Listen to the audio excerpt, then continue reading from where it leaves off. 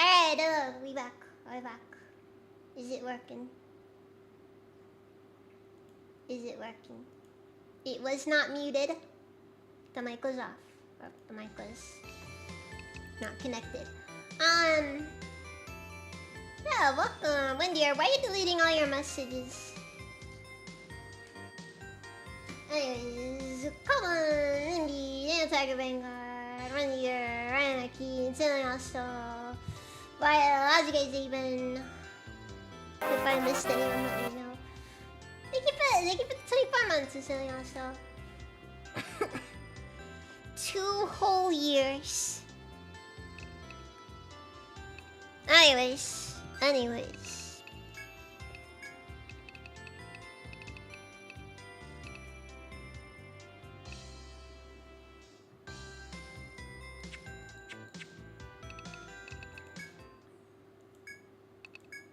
So I guess I'm doing the first stratum now.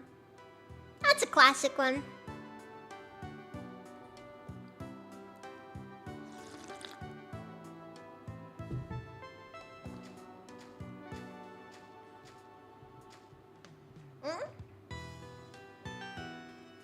You see a cluster of bay-leafed clover growing off the path to the forest entrance.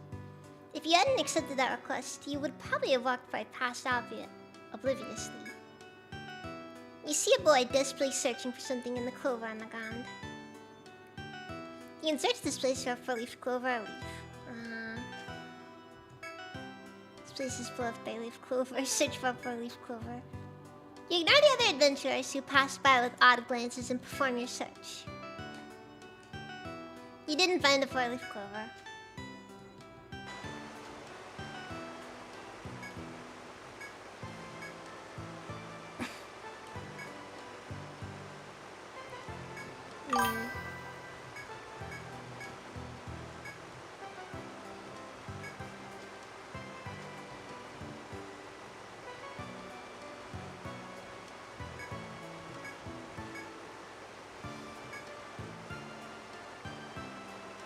Can't find it. I'm just looking for a four-leaf clover.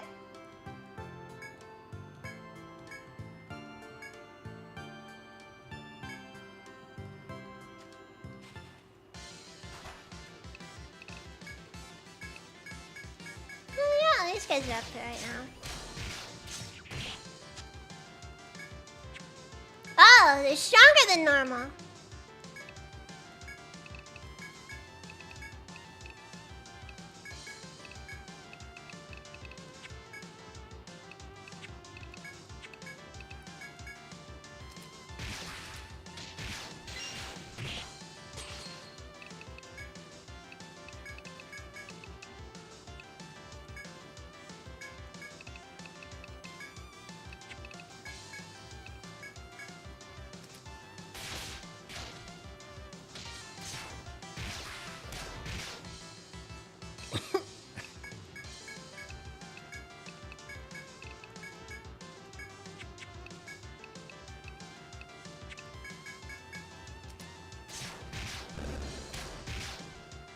That was good. It was nice watching seeing Razor have a nice birthday, honestly.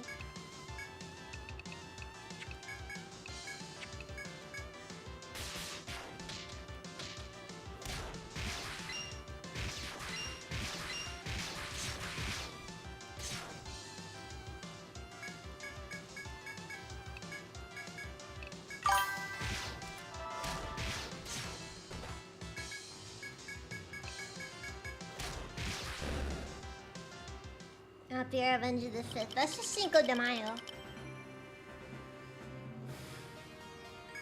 Which I guess means the French are gonna come back.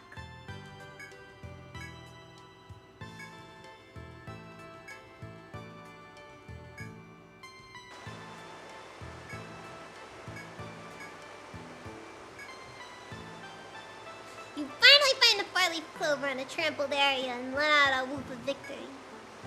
As you joyfully reach for it, you sense something watching you from behind. The boy who just been here staring at you. You can't ignore him. You can ignore him or leave the four-leaf clover here.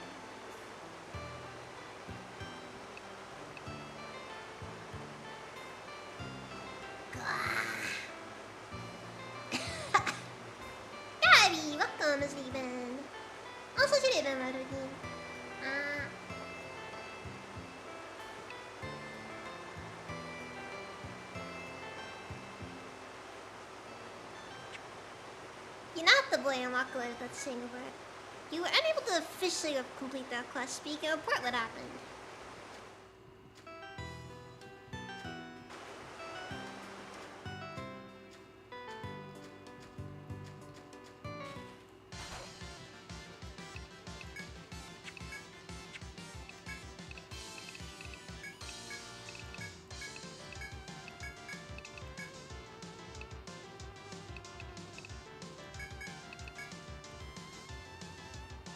But yeah.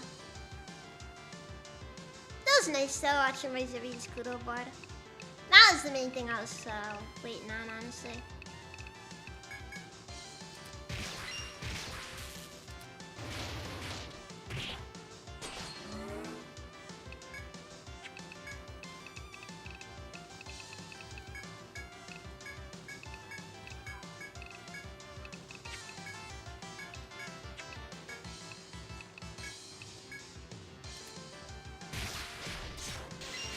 I can't really do the items though because it's difficult.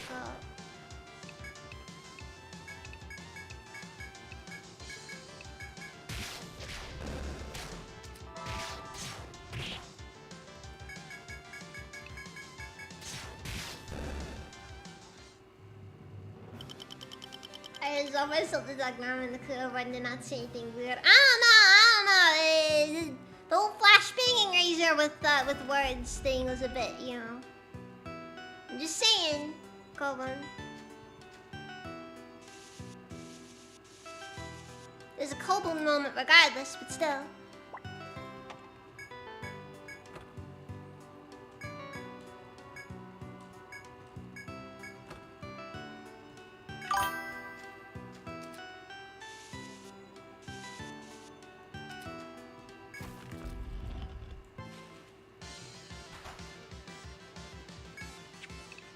Oh, it is. It is.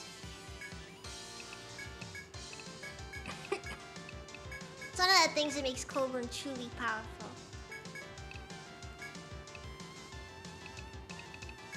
His ability to absolutely traumatize a person with words.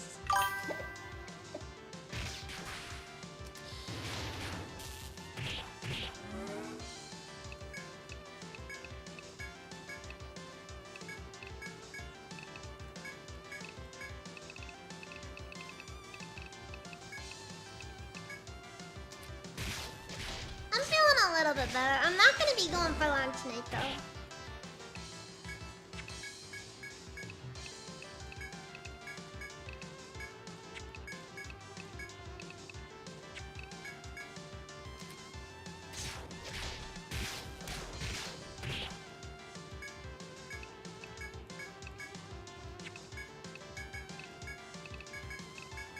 I also recently booted up Xenonauts 2 for the first time.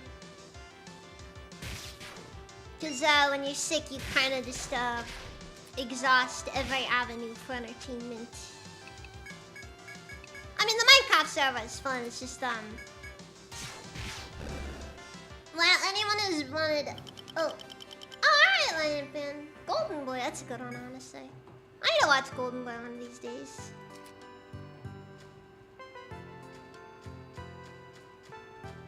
That always seemed interesting to me.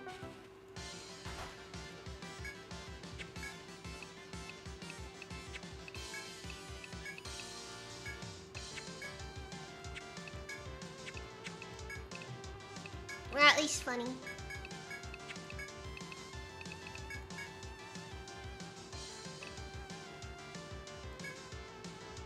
I think, listen, Koban, you gotta remember, I think that unimaginable suffering is like the greatest thing ever.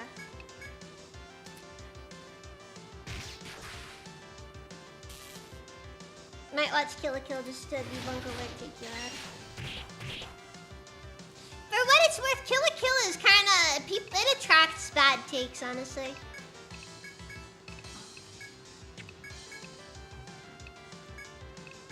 Look, you gotta remember, it's suffering purifies the soul.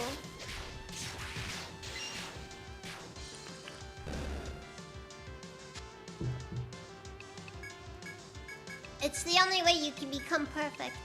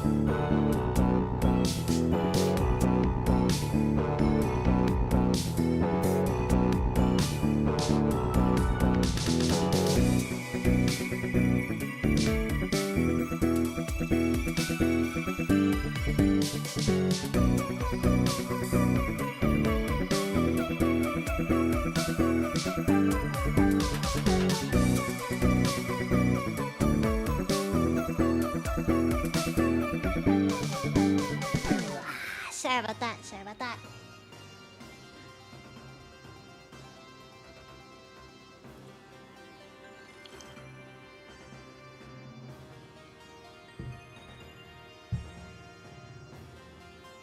Like, rap is a man's soul.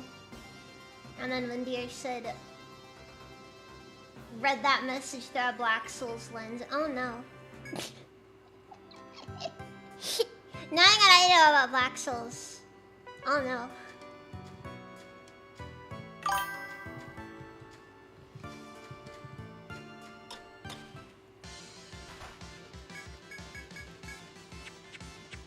But yeah.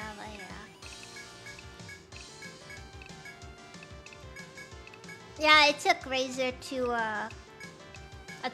the range for his birthday this year.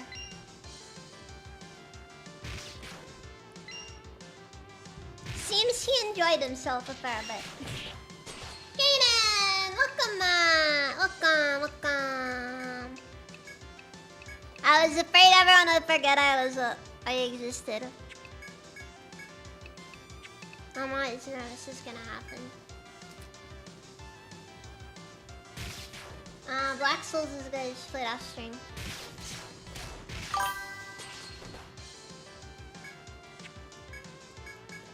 My understanding is it's a hentai game, but it doesn't explicitly feel like one.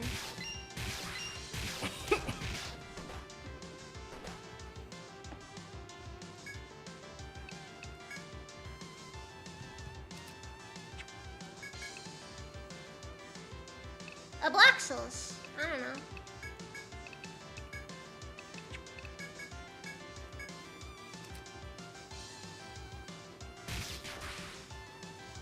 Never. Who else could I journey for? Oh, there's a monkey. Welcome, Zeben.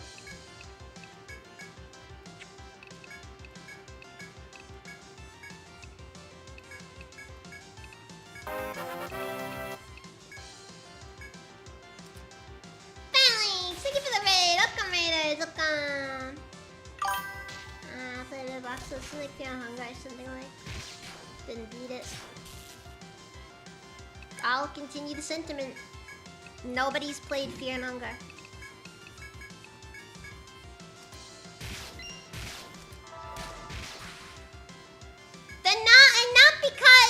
Not because of like, you know, the stuff everybody talks about. Nah, it's just because it's a hard game and I don't think most people feel like playing it. I am a bit congested most likely. Cause still getting over being sick.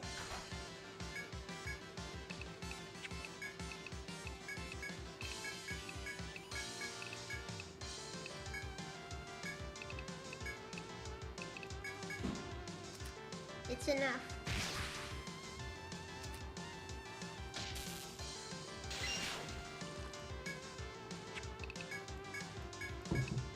Unironically, that is the main reason I don't think I would ever play Fear and Hunger. It just seems like it just seems to me like the game's just kind of hard to be hard and nothing else. Like I can enjoy hard games, don't get me wrong, but it's like I don't know, I just feel like that one it revels in it too much. And it's not like Kenshi where like, you know, the entire point of the game is to fail and then get back up and succeed, and it's kind of supposed to be a bit inspiring in a way. Those gates get... Yeah, no, that's the thing. You just the game gatekeeps you.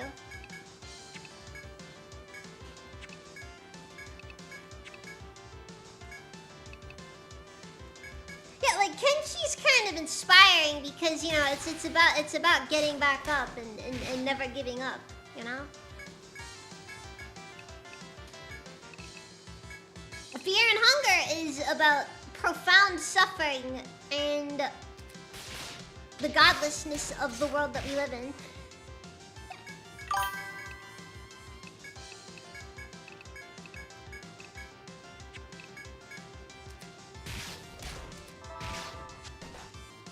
Let's take it like this. If I don't finish Mizu's GWPs till midnight, I'll play Fear and Hunger. I mean, I'm not telling you to play Fear and Hunger, Gabby. I'm just saying nobody's played Fear and Hunger. The joke here is that a lot of people know the Fear and Hunger lore, and I think an even smaller number of those people have actually played it. You come to a clearing in the forest and see two gigantic birds nesting together. The birds turn to stare you down. They appear to be a mating pair. These monstrous lovebirds must be the target of this request. Attack them if you dare. Okay.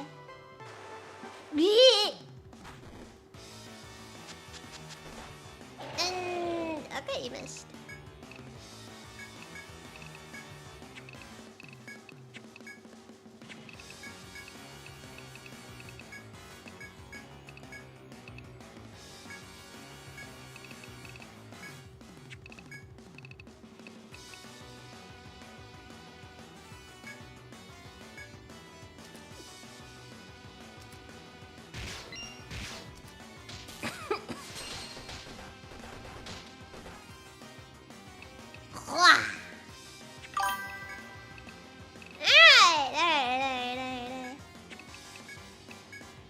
That is no good.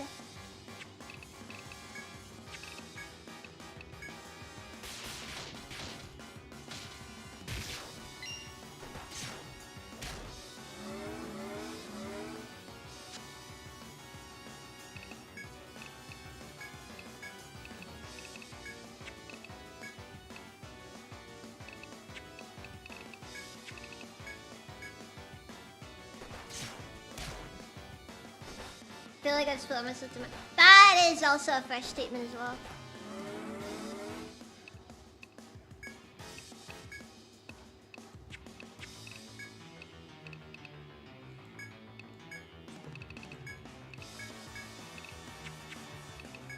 Like you see enough content on it and you're just like, okay, I know how this ends. Not well is the answer, by the way.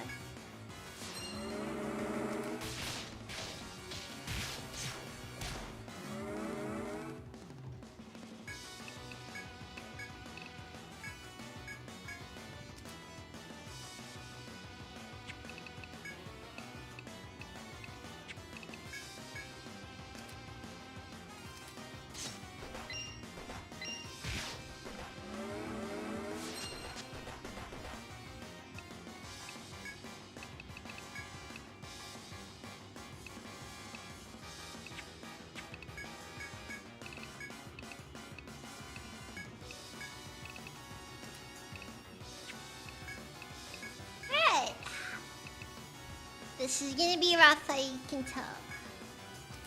Also, Alana has been just not in a good spot this entire time.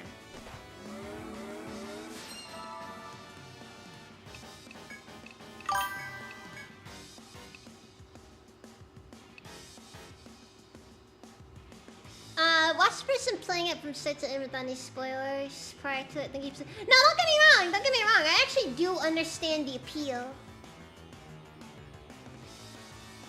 Make sure to spit out the cult so it doesn't get stuck on my chest again. That is fair, Mr. Monkey. But it's like, yeah, I guess it's kind of just more of like a Grimdark can only be so entertaining at times, though.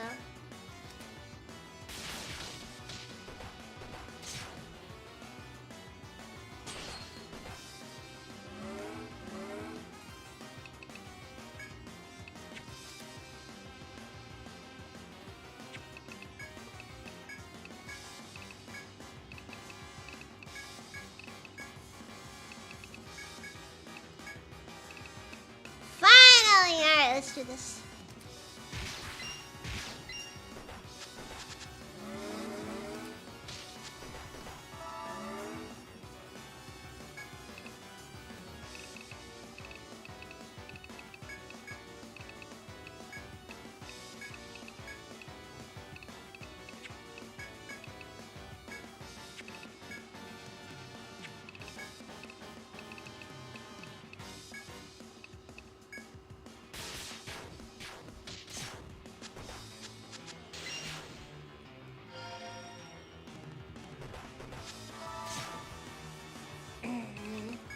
Not an ideal scenario.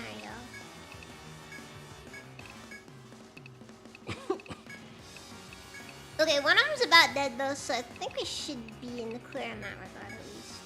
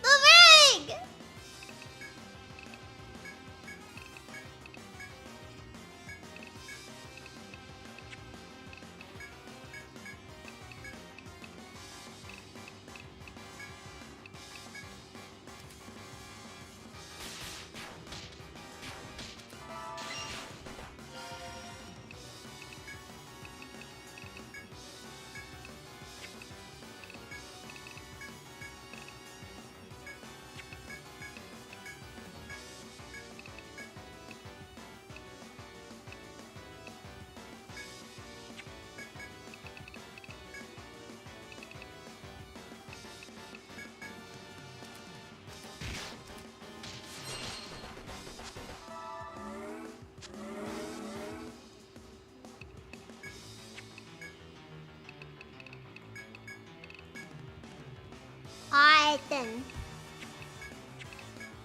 Not...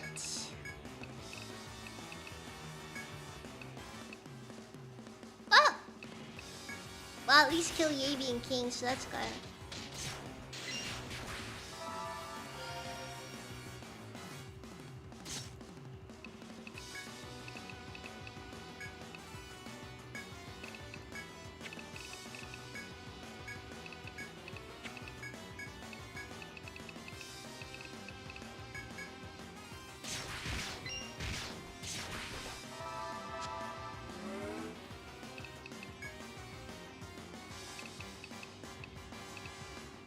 Zuge! Sakura.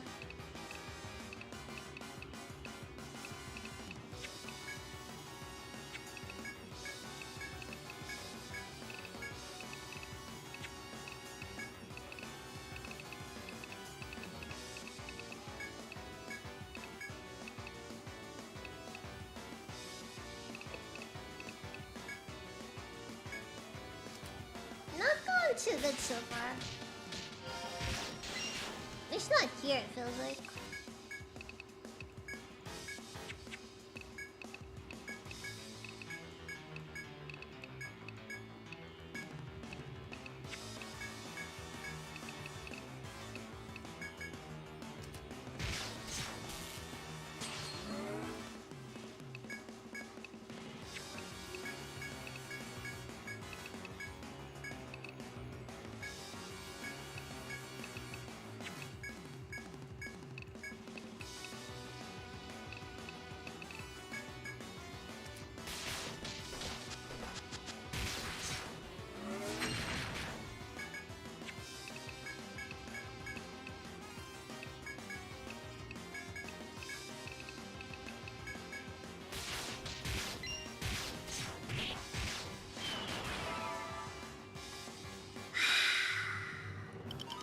Alright!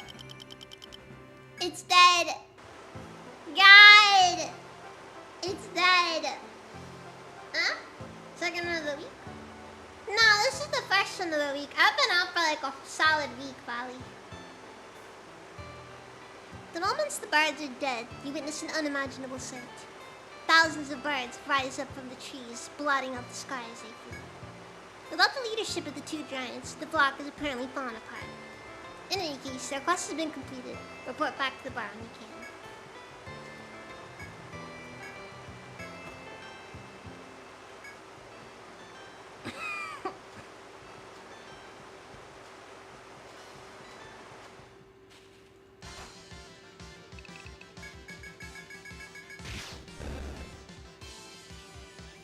Gosh. That was rough.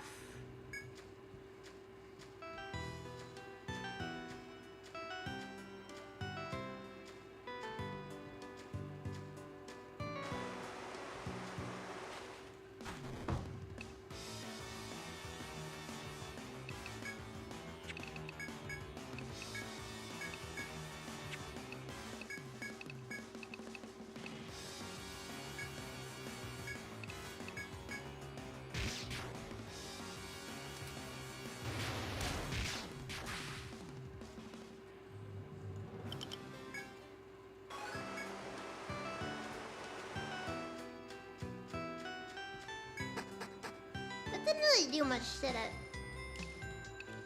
Oh well.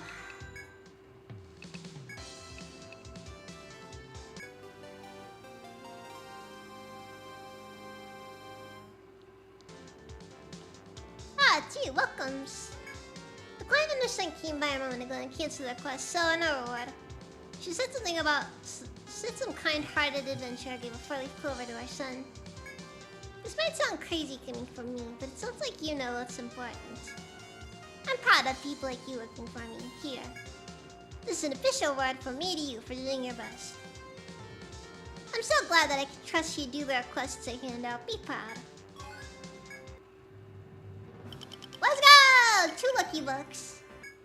Also, I did basically nothing and got a ton of experience for it. This part of it you're not see. Ah, you're back. So you've exterminated those birds, yes? Well done. The big beauty guy from the guild will throw a word here for you. Ye, find the streets, the streets. Streets.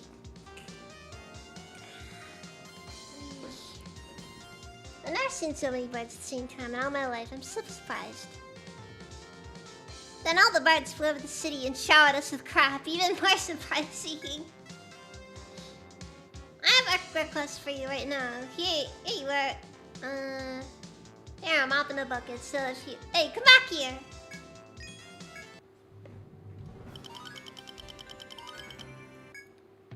I swear, freaking birds. Alright, let's get this over with.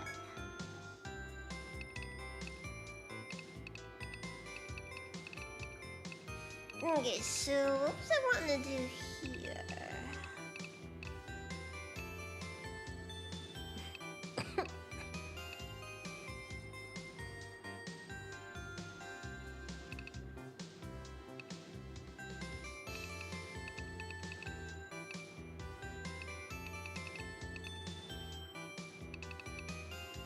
I probably should focus on getting on the Hilo, because... Though I also admit I would like to do Reinforce as well, because Reinforce is pretty useful.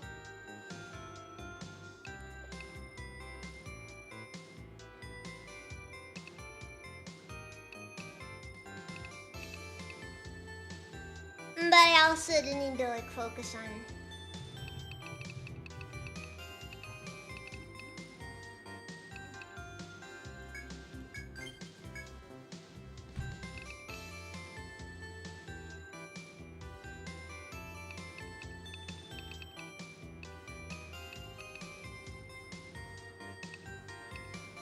don't see the point though of the arm skills, because they boost your resistance to that element, but if you're fighting something that gives out damage to that element, it's probably strong against that element.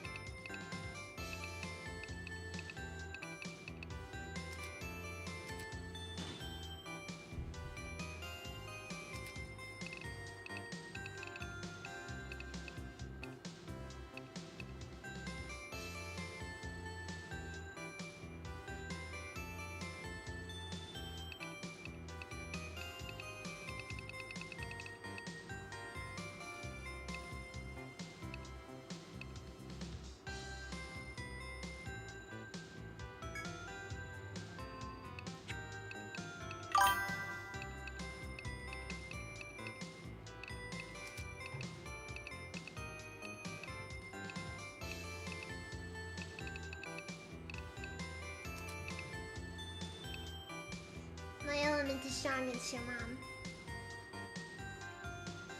Darn.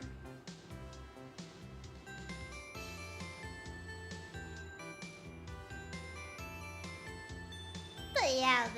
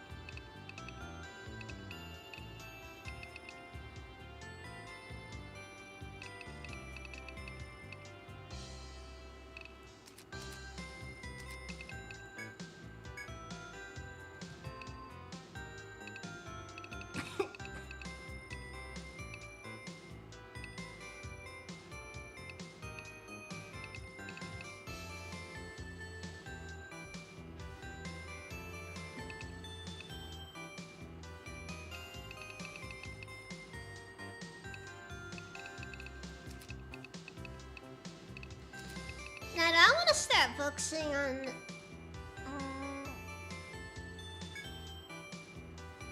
I'll keep going with Mr. Elephant.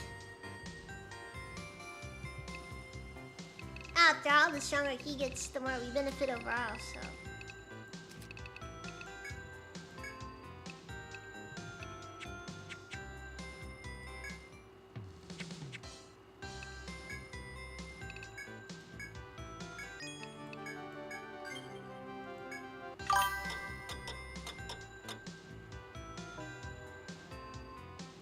Do I believe it, Jar Jar, that theory that Jar Jar was a Sith?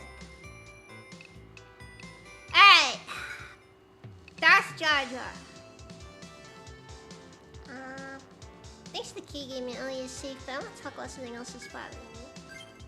Oh boy. So Darth Jar Jar. Anyways. I want to believe it. And Darth Jar Jar did make an appearance in Fortnite, so it's basically canon.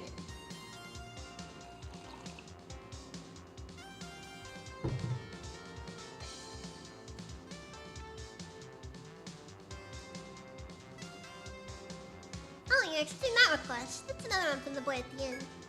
Thanks to your actions last time, a lot of people are safe from danger.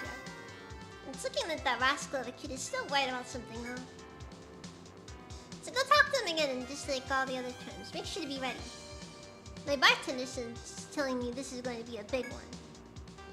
Get going then, explorers.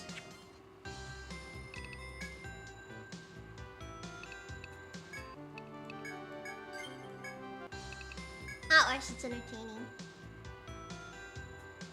It's working in the sequel trilogy in my book. I like how the first time, I'm pretty sure the earliest recorded examples of somebody joking about Darth Jar Jar was probably Robot Chicken.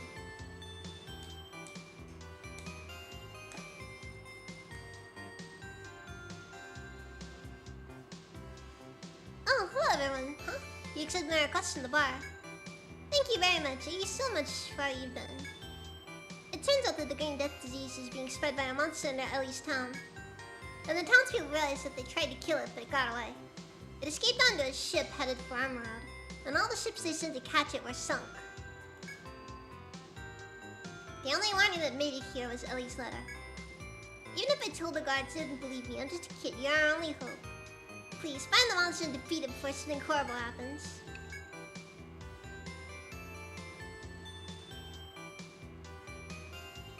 Hey, did you guys see that? Some plant monster jumped off a ship and ran into the forest.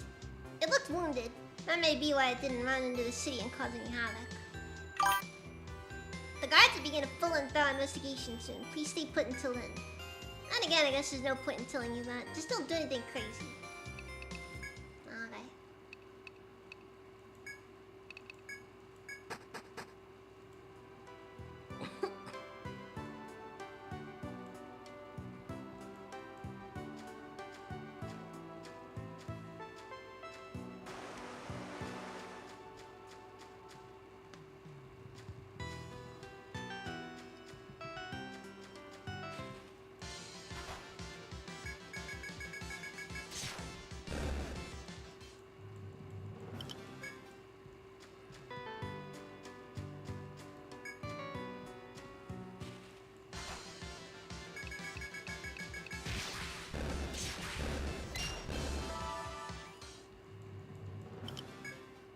I'm doing something crazy, by the way.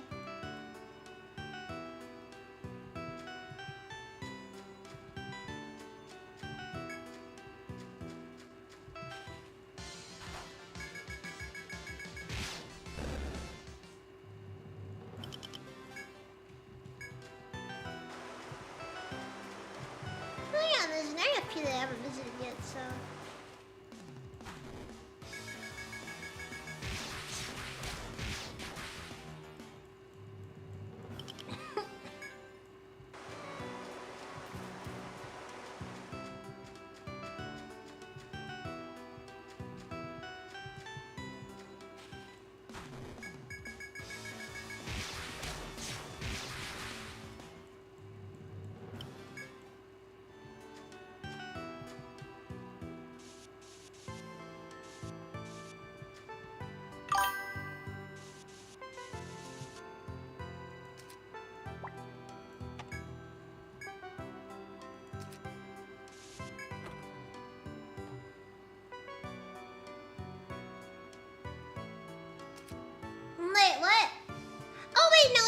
this anarchy. Yeah, no, it's probably gonna suck, honestly. Personally, I have no faith in the project. It's just gonna be a fake RPG anyways. It's gonna be a freaking new RPG where half of the game's combat in the lobby is just trash. It's just trash.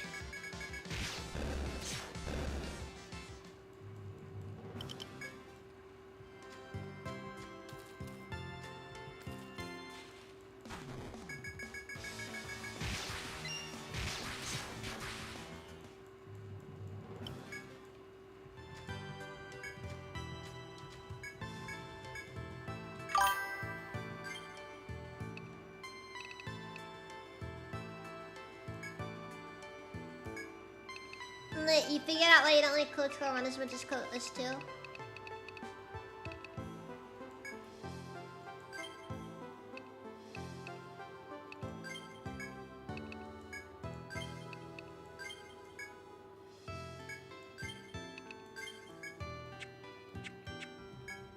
What is that, Anarchy? The Juka Pishingai would say effect one was the main guy for KOTOR. That doesn't surprise me, honestly.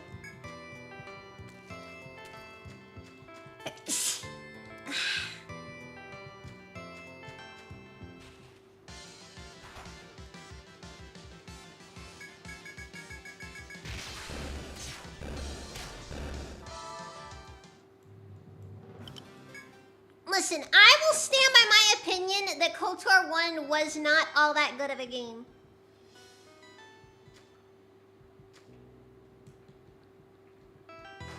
I'm sorry, I know it's heresy, but I don't care.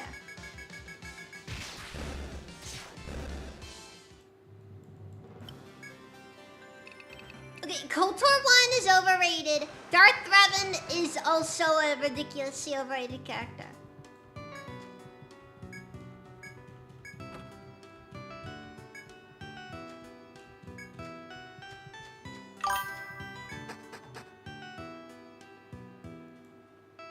Ironically, Windy, that's probably my favorite part of KOTOR 1.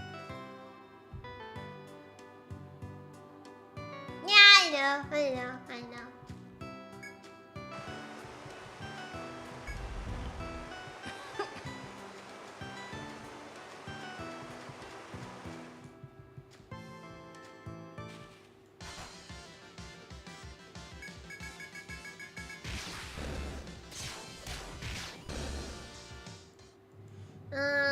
The NWN is apparently more collaborative than KOTOR 1 and Baldur's Gate 1 and 2 are.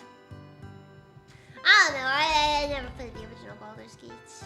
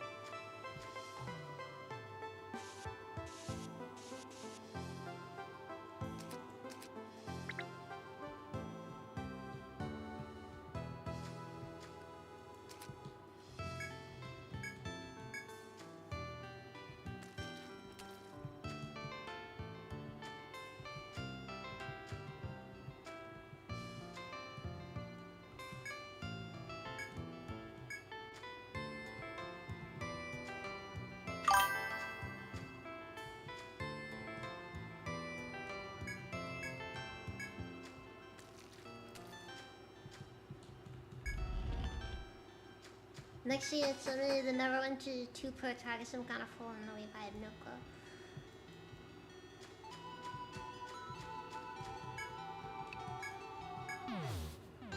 We'll probably do never went choose Nates at one point. Probably not soon, but at some point.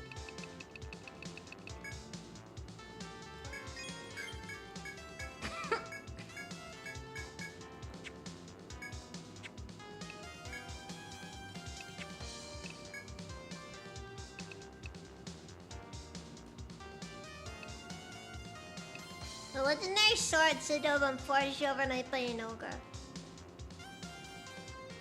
But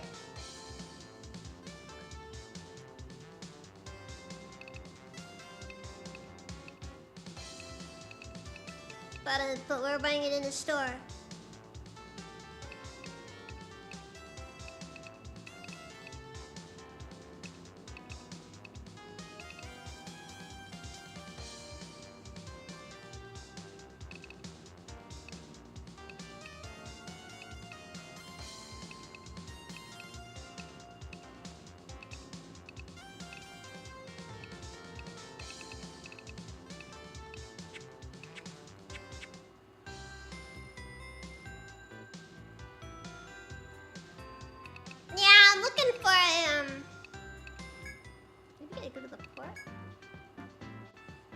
A terrible event has taken place. The ship recently returned to port from a mission.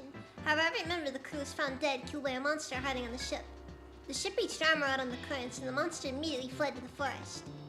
I think every sailor who enters this port is one of my children. I beg you, find the monster and avenge these senseless deaths. I'm not a Lacroix monster, though.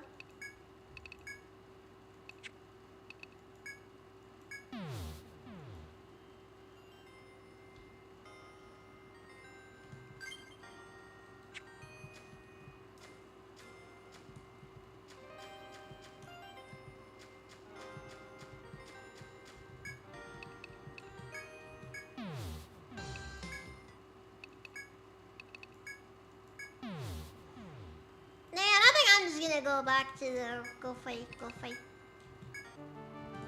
the final boss.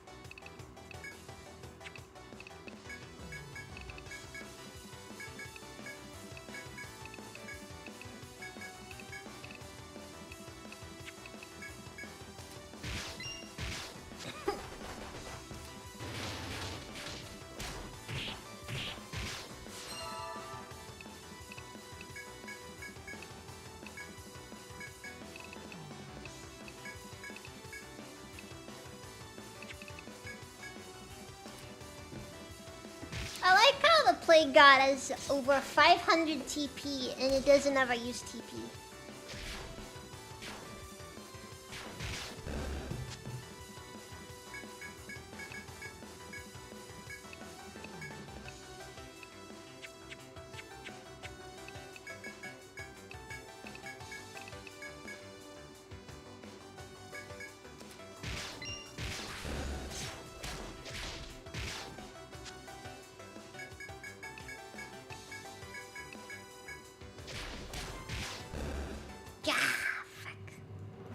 Lost Plague God.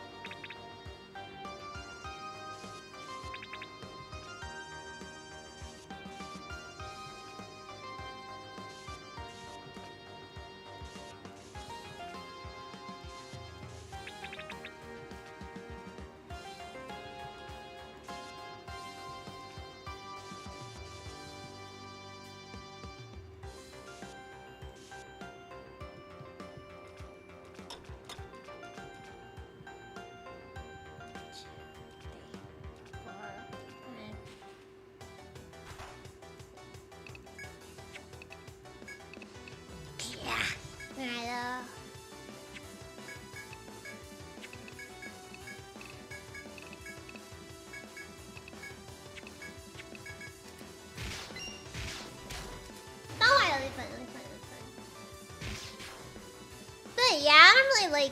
I don't know what it is. I just don't like the way that BioWare does their writing. Then again, for what it's worth, I guess it really probably was always gonna prefer KOTOR 2 because KOTOR 2 actually tried to be an RPG.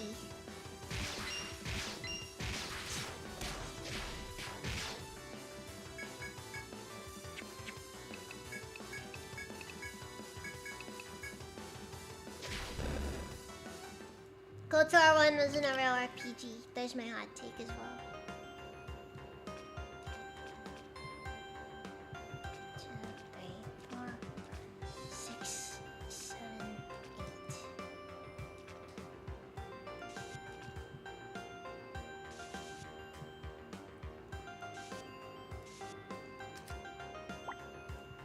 8. Anymore here.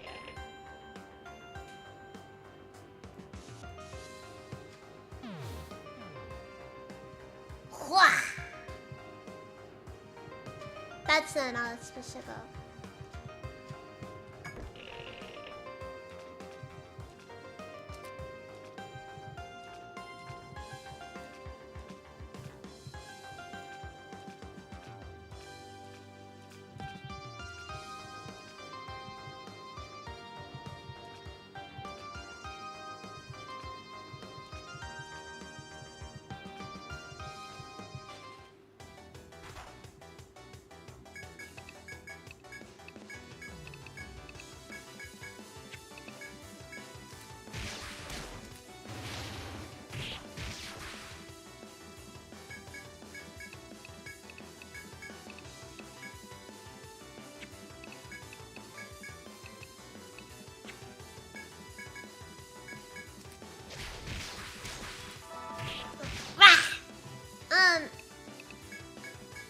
Yeah, but I guess this is one of those things that really frustrates me, especially about a lot of modern RPGs. It's like, my favorite will always be when you sit down and you hear a person talk about an RPG, and they are talking about the story and nothing else.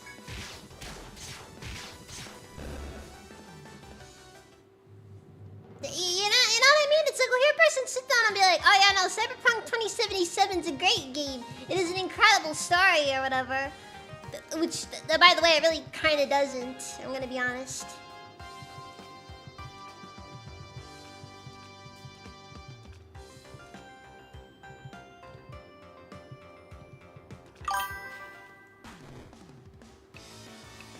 Cyberpunk 2077 is an unbelievably overrated game. I don't care what anybody says. It just is.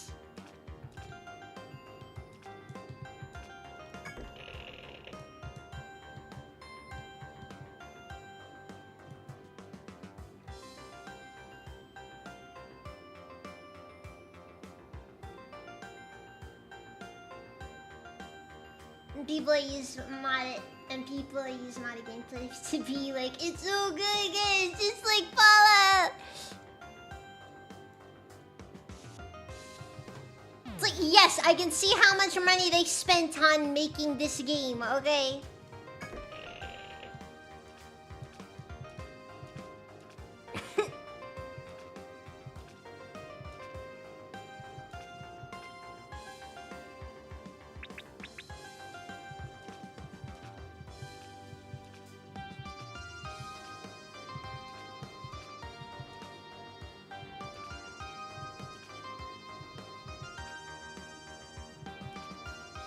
Good.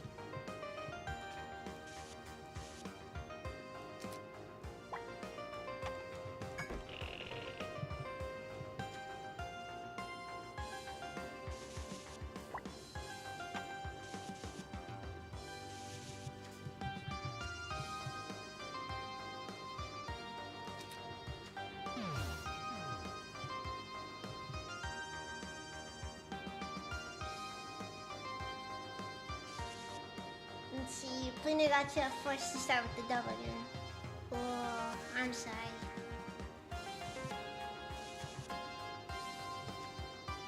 The number of great games that have been tragically destroyed by their English dub is tragic.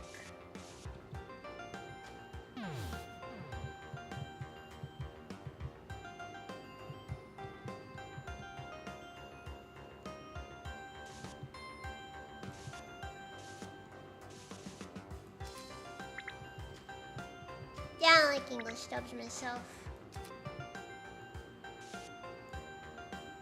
I think it's in part just because I feel like in general most English voice actors tend to be very, I don't know what it is. Like, is it me or does it feel like modern anime dubs just feel like they have very little talent behind them?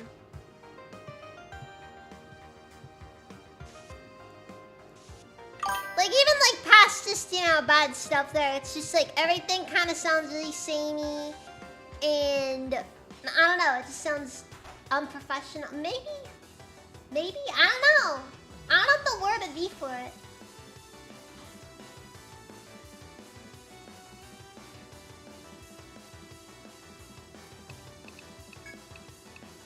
My main point is,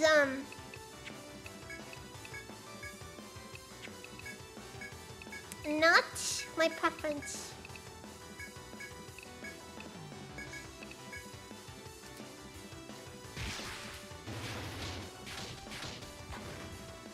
But it's like, you know,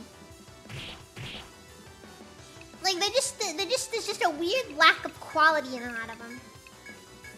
Can't explain why that is either. Or at least not specifically why. There's very little of individual characters coming through, yeah. Yeah, maybe that's what it is. Like, you just can't really feel the character half the time, and it's just like, oh.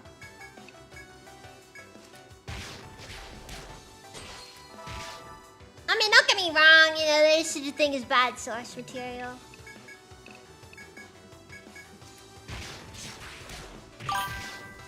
But then again, in all honesty, saying, well, the source material was terrible is a pretty classic method of hiding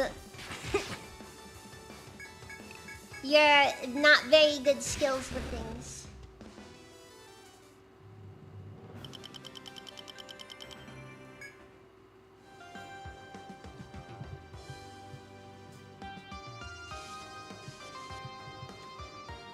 Yeah, they lack distinction. I think that's a fair statement.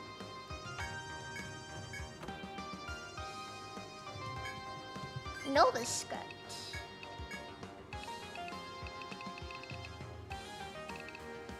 Deal strike damage to one enemy at the start of the turn. Dude, it costs all 5 slots! That is horrifying.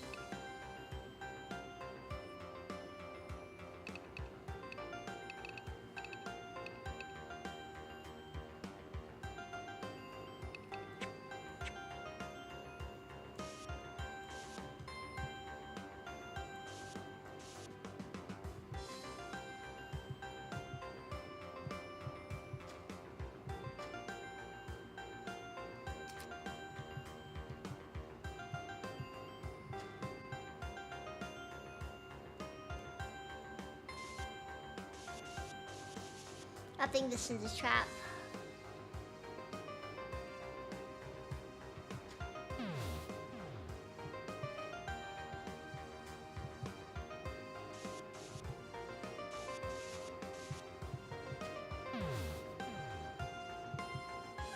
Yeah, it was a trap. It was a trap.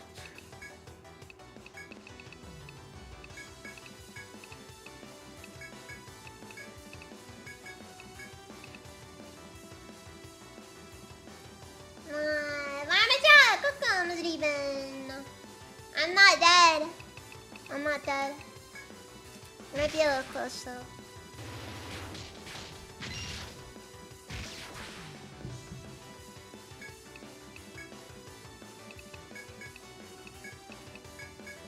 I don't expect this one to be long today because I'm still recovering.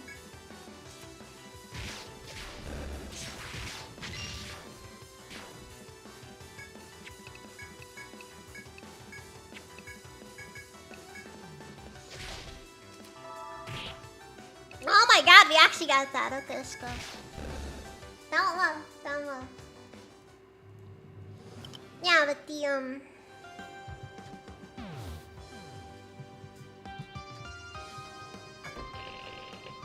don't know. What he's talking about how the anime industry is trash.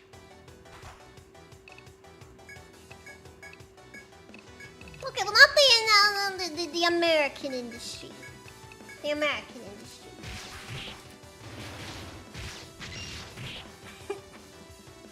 Don't worry, don't worry, don't worry.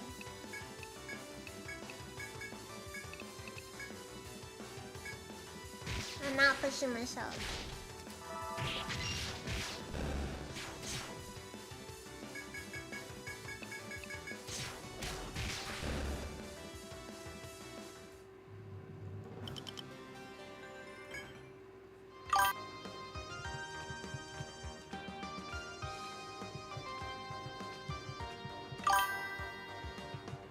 Oh boy.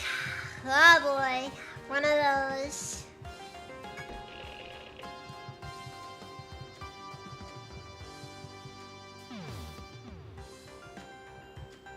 So he's one of those, yes, we're gonna California, you're Texas types. Wonderful.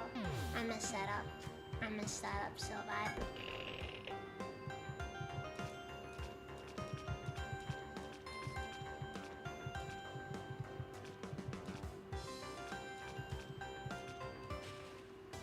Yeah, but it does make sense though. After all, he is that guy who wrote stuff like how you're the bad guy if you want to focus on human interests at all.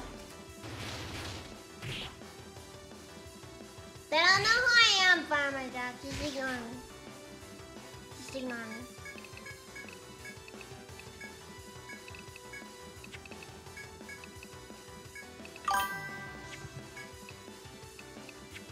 Even if they should have.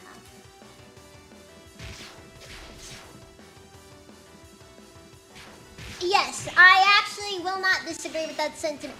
One thing that upsets me is the fact that we have the entire Krogan storyline, like the whole genophage thing, and it all just boils down to genocide bad.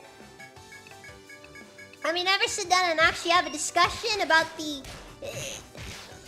freaking ramifications of allowing Krogan to be able to breed at their normal biological rate.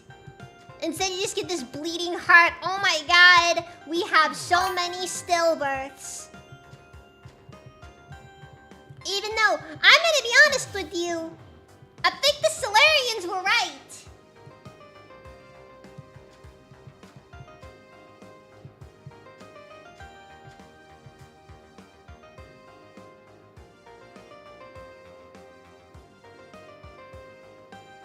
Let's see, unless you're white European and all things specific to your phenotype are described as nearly extinct. Oh, that's another good one as well. That's another good one as well.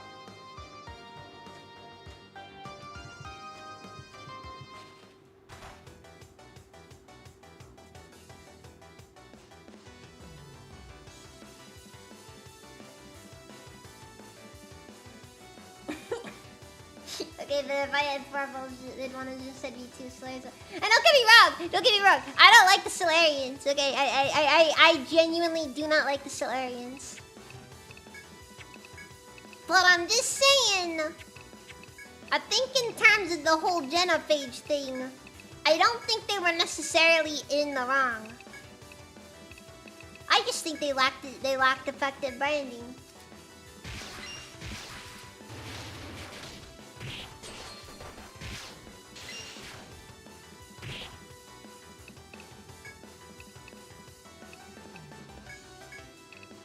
Like, if you consider the ecological devastation that would come from having a population that basically multiplies by like a few hundred every generation. Solarians are very Goldstein colored.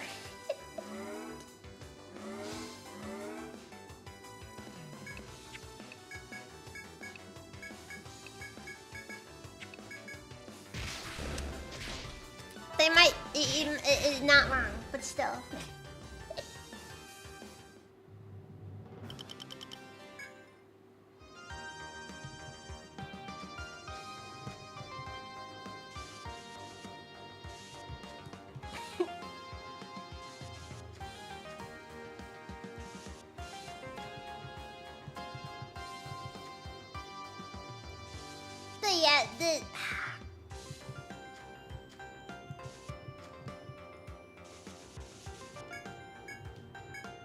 And not to mention the fact that the Krogan were basically originally uplifted just so they could make them bioweapons.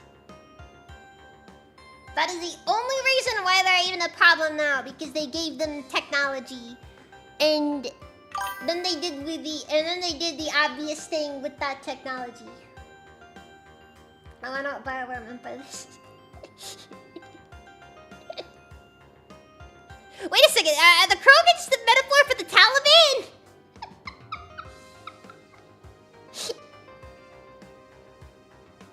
I can totally relate with them.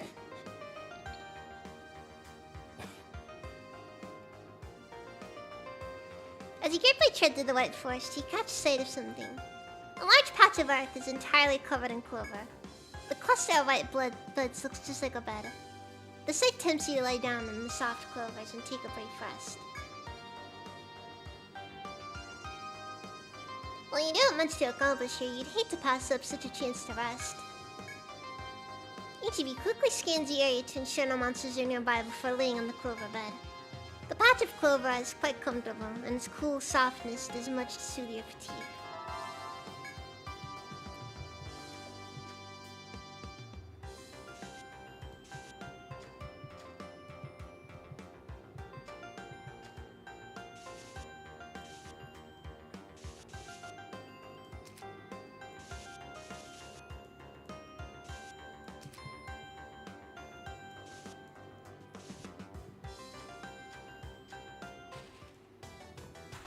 I swear, if I see another alien species, it's just a metaphor for like the Taliban or whatever.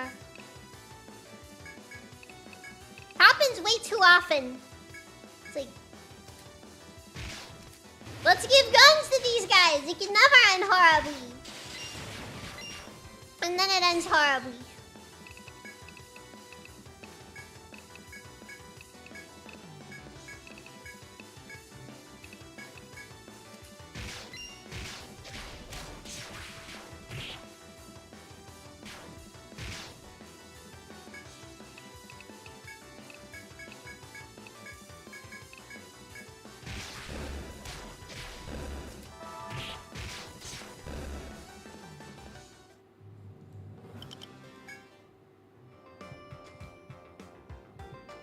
Darn planets blowing themselves up. Every time!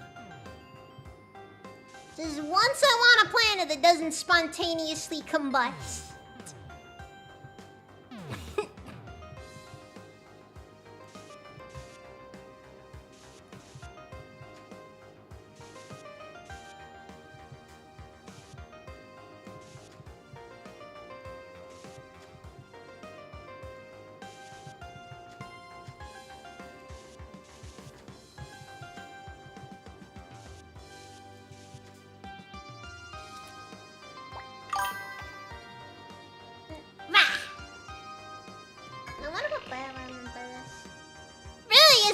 That is a common thing that I feel honestly when it comes to stuff. When it comes to freaking Mass Effect. I wonder what BioWare meant by this.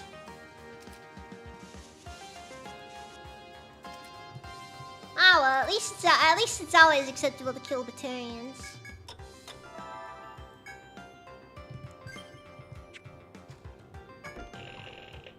Oh, but no, actually it's wrong to kill the Batarians.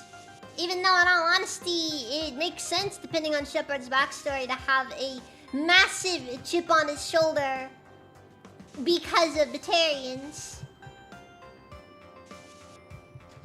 But hey, you need to learn to be tolerant to the Batarian religious practices, like seeing anybody with fewer than 4 eyes as inferior. Because, you know, that's just how Batarians are.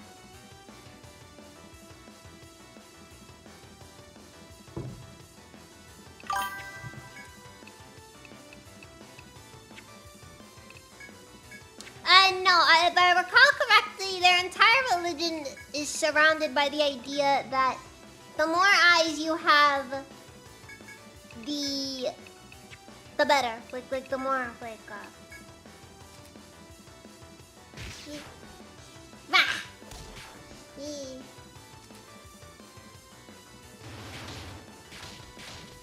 Yeah, like but the entire like at least like their spiritual practices are like that. So it's like, you know, more eyes equals I don't know, spiritually more important or whatever.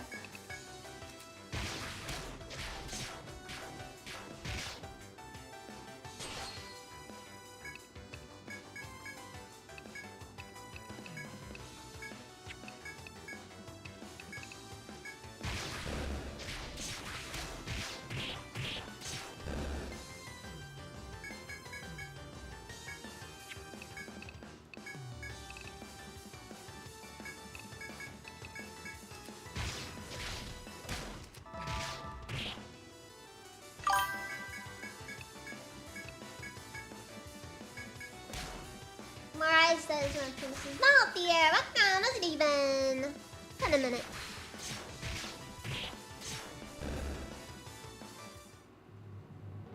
No, that was a rival sect. I mean, the main point is the aliens' religion is wrong because they're aliens and therefore they're always wrong.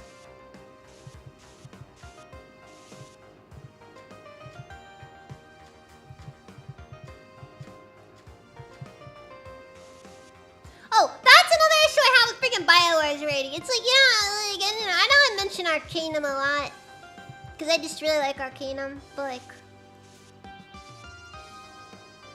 It's like in Arcanum, you know, they don't really sit down and try to preach to you stuff, you know?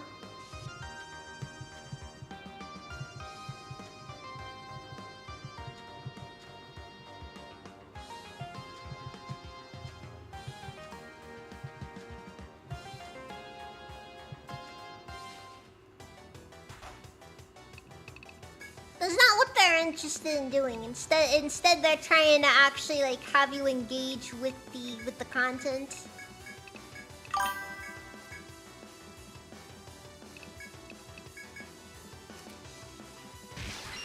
Yes, the gnomes do control all Arcanum, the entire Arcanum financial system. And there's a discussion to be had here.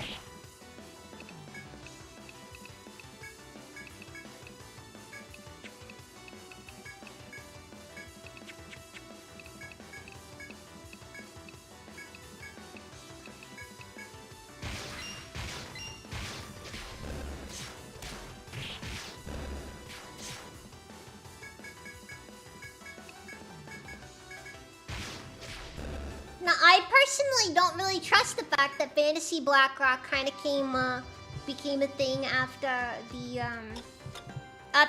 the first war between Torrent and Cumbria, and it just kind of it just kind of developed. And now, for some reason, a very large sect of gnomes just have seemingly absolute control over the Arcanum financial system.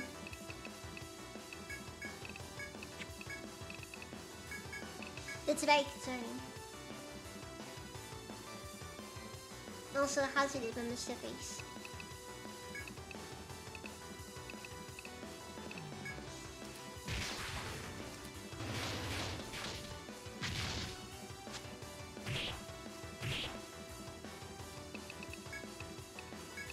But it's like the best nuance that they have is like, you know, here's a terrorist. You have to basically... You have to be a good person and not hate them, though. That's like all you freaking get out of a BioWare game half the time, I swear.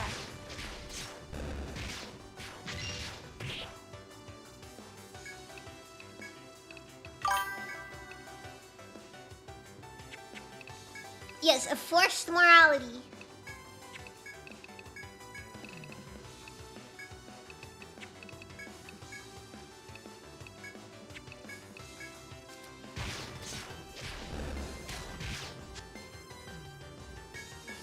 Or God forbid.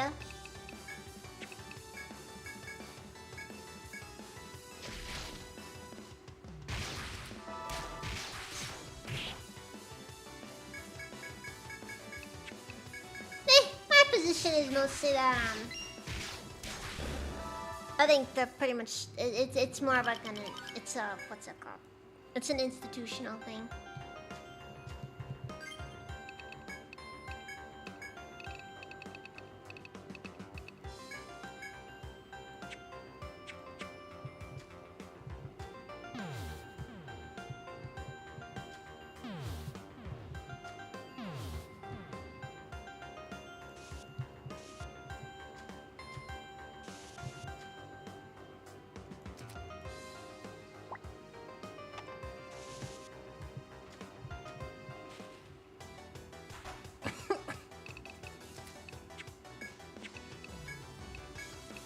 Like, I don't really think it matters who does what, really. But I like forcing my morality. I mean, is it a real RPG if we can't browbeat the player for basically making the wrong decision?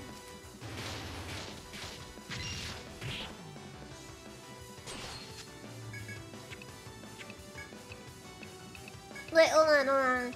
You need to think about your responsibility, Dev-kun. It's very responsible.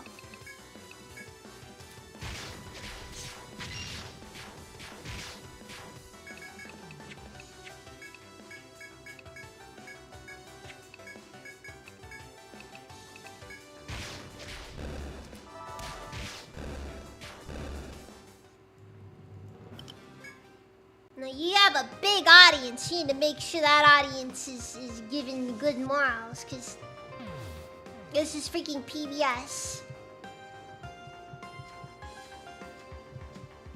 That's all anything is anymore. This is PBS.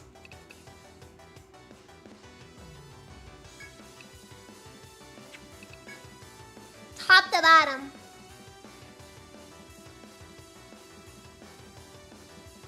It's horrible for that reason. Okay,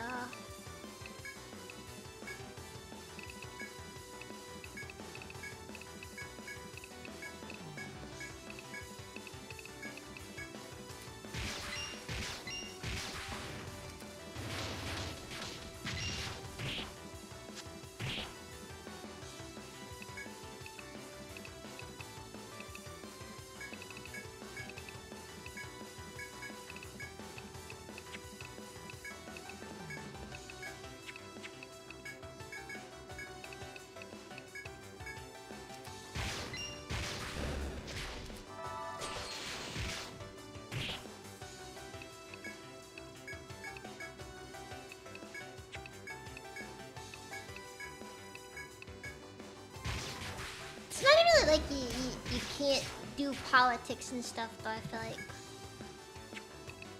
Problem is that half the time these people don't understand how to do it and make it feel good though when you do it.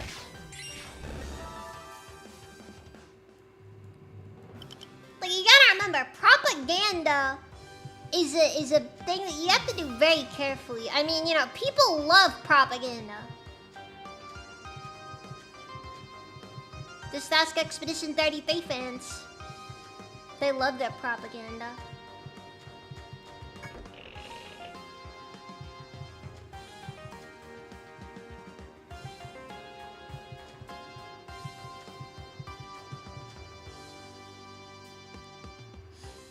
But now I'm just glowing again.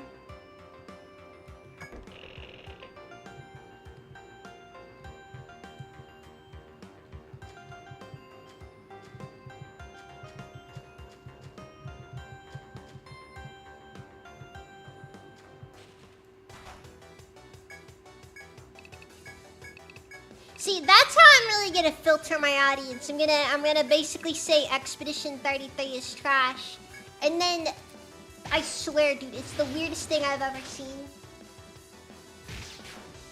Every time I see somebody say anything negative about that game, it freaking turns into it. Like, they will be attacked mercilessly, and I don't know why. It's the weirdest thing ever. I don't know why.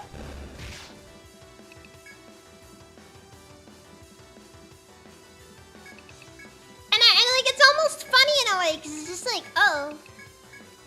Just...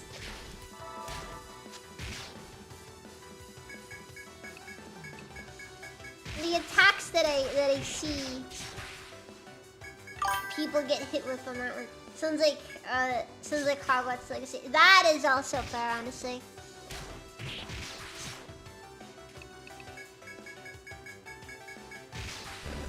You see, you don't like Harry Potter because you think J.K. Rowling is transphobic. I don't like Harry Potter because it was just objective garbage from the very beginning. We are not the same.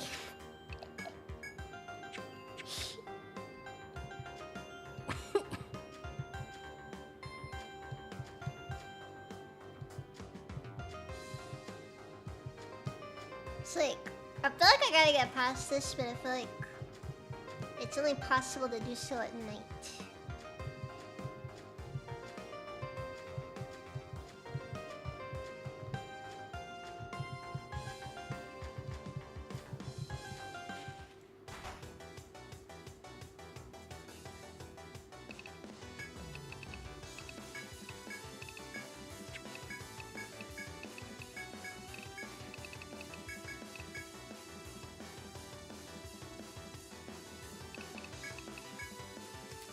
Then again, I never really sat down and watched the Harry Potter movies.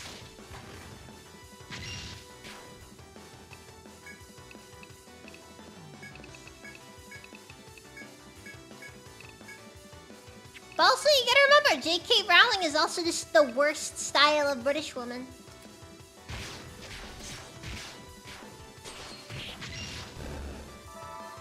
She's basically a British boomer. Horrible thing there. Awful.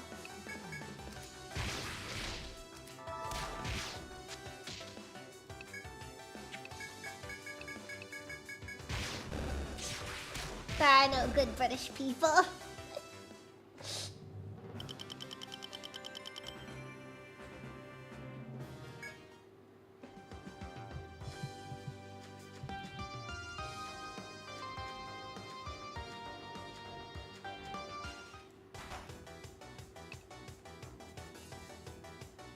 They're alright, fair. Like I said, I never really sat down and watched them, and I'm gonna be honest, probably it's probably fairly obvious here. Do not catch up. Do not catch up. It's just like, okay.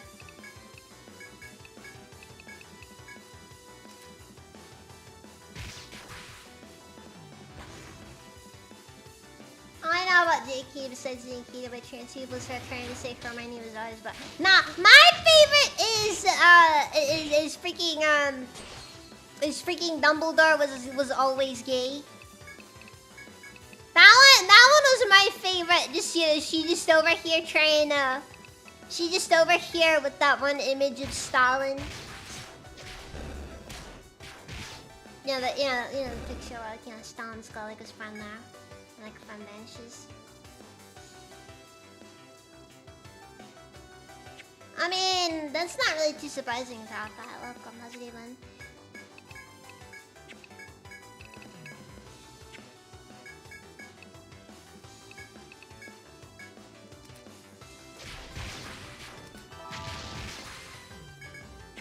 I will say one thing though, them making Snape black is honestly one of the greatest things I have ever heard. Because it's going to come off so wrong, and it's gonna be hilarious.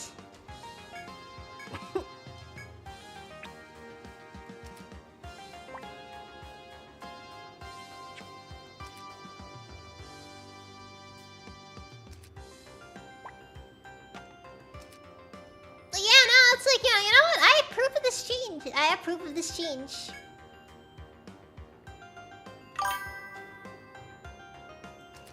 Some people might not, but you know what? It's very brave and very beautiful.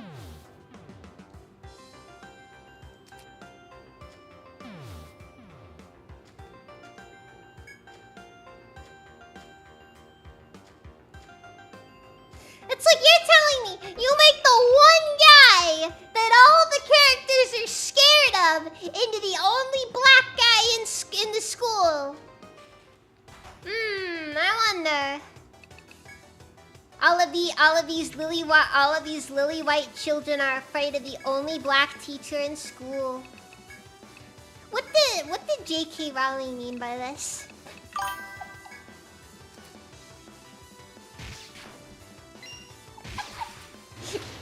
Hey, we have to talk about blaming Snape for all your problems. It's not a good look.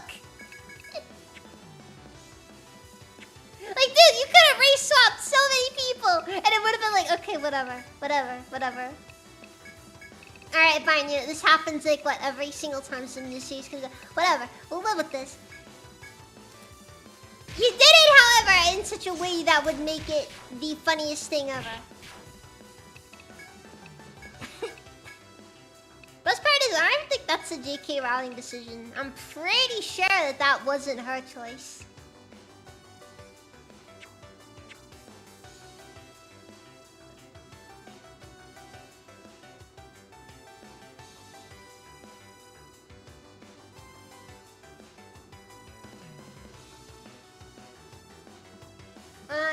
If you said that Dumbledore was asexual or bi or straight, it would make as much sense because I'm pretty sure he doesn't have any scenes where he mentions his personal relationship or sexual preferences.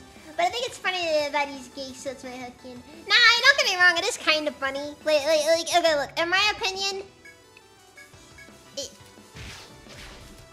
it's just, it is funny. It's funny, it's always funny, like, you know, having J.K. Rowling coming in and thinking historical revisionism, being like, oh, by the way, this was the case, never had any hints to it.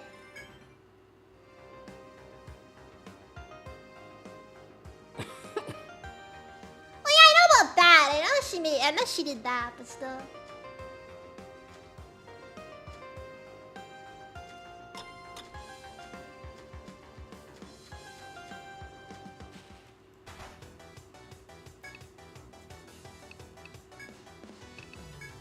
It's just funny, okay? That really is all of it.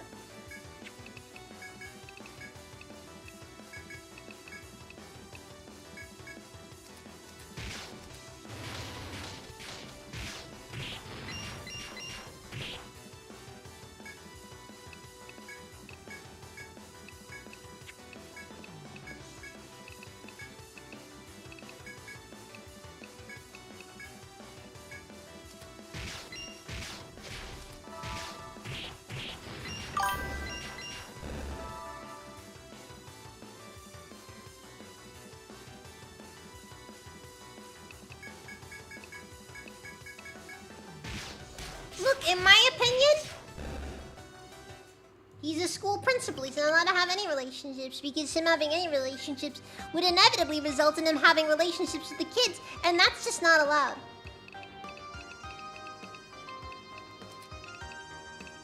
Because you gotta remember, there's no such thing as a platonic relationship.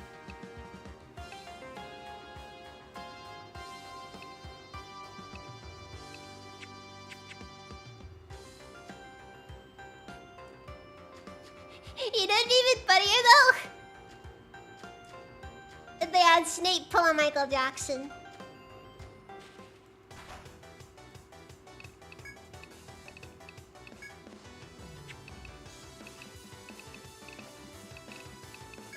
That'd have made it like 100 times more funny.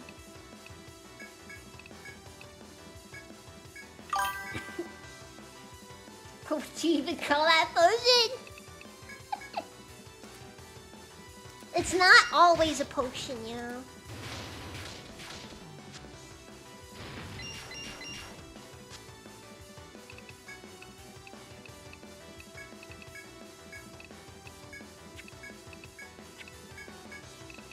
No, but just you know, now Snape is white one scene later.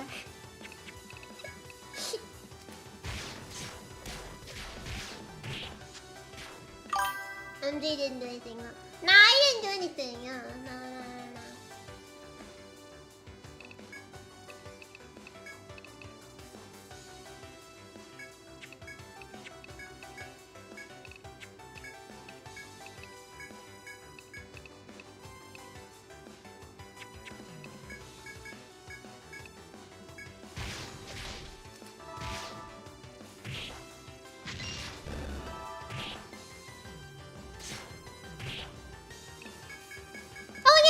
it's just that making him black suddenly makes the kids being scared of him significantly more entertaining than it had any right to be.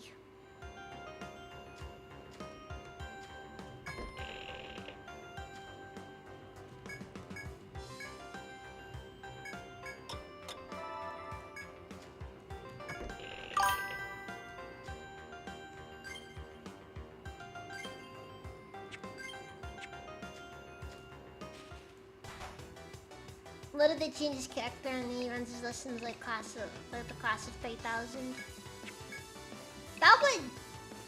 That'd be weird.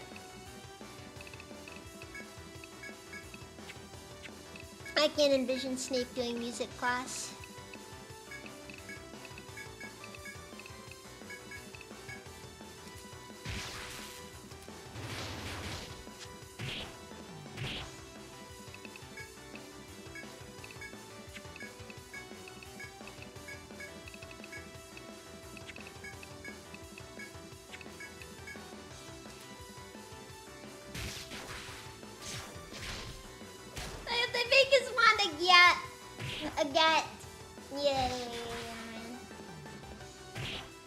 Now Snape's like the only guy who kind of twists his hand like when he holds his wand.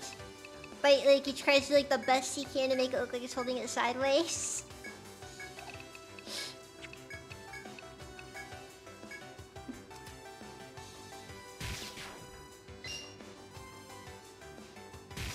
Oh, I have zero sympathy for her either. In my opinion, look, she has sown, okay? And it appears she doesn't really care what she reaps at this point, because J.K. Rowling is too rich to care. And I think that should always be the most important takeaway from any of this. J.K. Rowling makes too much money to care about your opinions.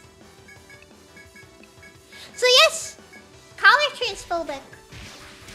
Does she care? No.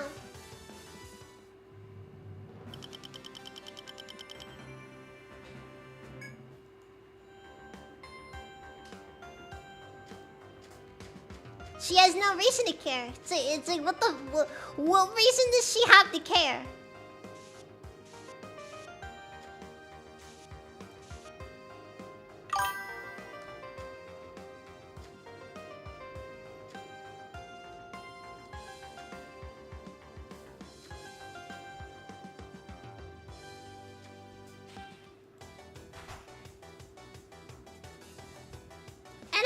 Always my big thing when it comes to these sorts of situations, because it's just like I mean, yeah, it's fun to talk about. Don't get me wrong. It's fun to talk about. It's fun to discuss. But always remember the most important takeaway. There is no reason to care.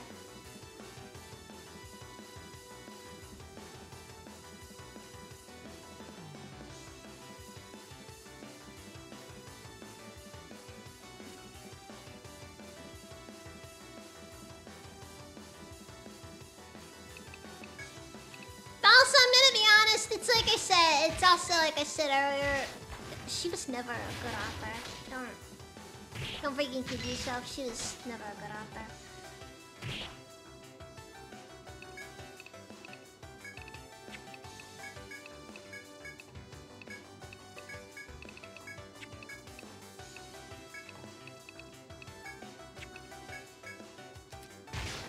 Okay, George Lucas, I think is fair to refer to him as a genius, okay? He's earned it. J.K. Rowling? No. Just no. No.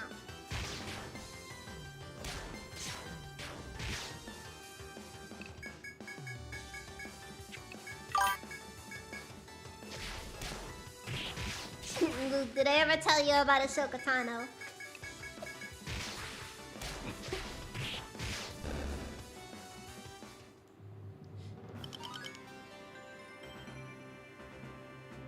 The one big critique that takes away from enjoying Harry Potter is, what the frick are the wizards doing here? Okay, so here's my question. Did Hitler know about the wizards?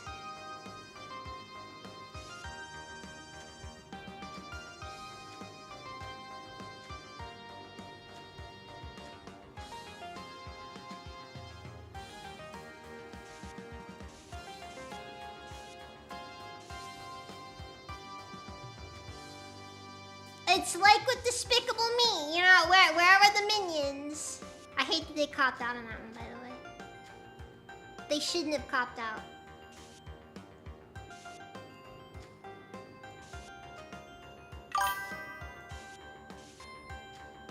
This is classified information. Where were the wizards in 1940s Germany? Did the Holocaust? Were there wizards in the concentration camps? Serious question.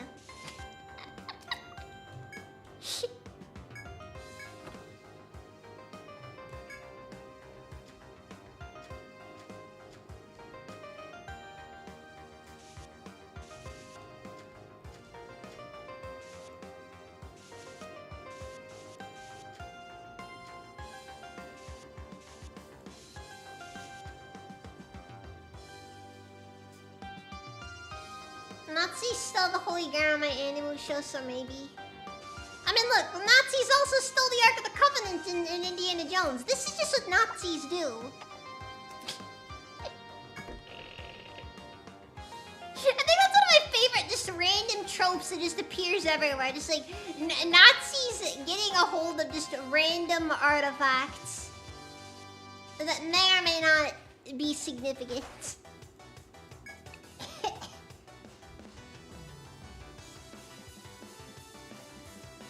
Were there wizards in the SS? Yeah, seriously! Did he cast the fire stop burn spell on him?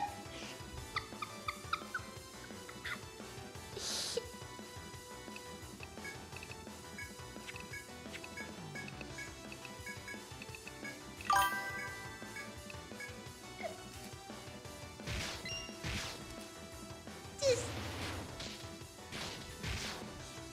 Wait, like, that's the best part.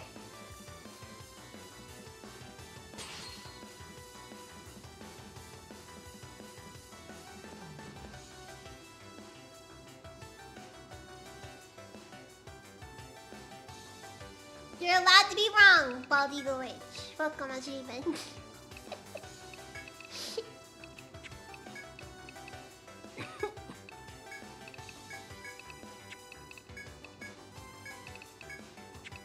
Like, I'll be honest, I don't necessarily take issue with the person saying that the stories themselves are kinda eh. But it's like, genuinely, in my opinion, like hearing stuff like Lucas's, like Lucas explaining things, I think he generally shows that he at least knows what he's doing.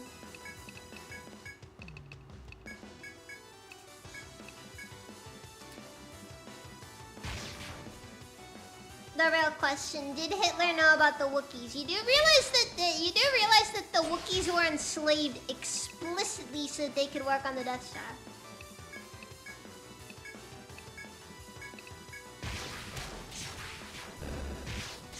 The number of Wookiees that died building the Death Star is astronomical.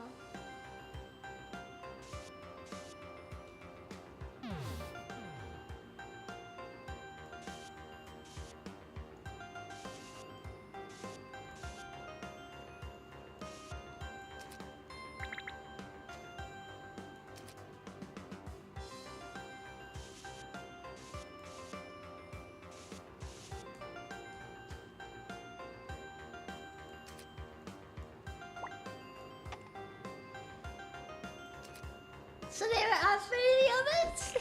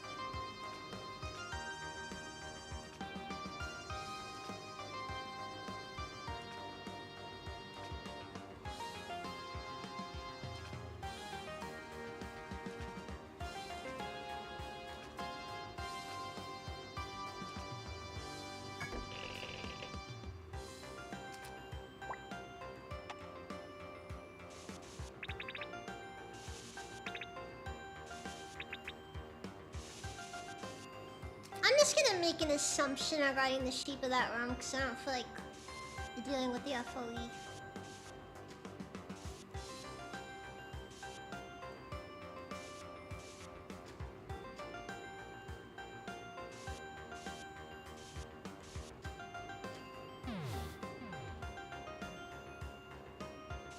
Look, they were very human-centric, okay? That's just how the Empire was. Which is based...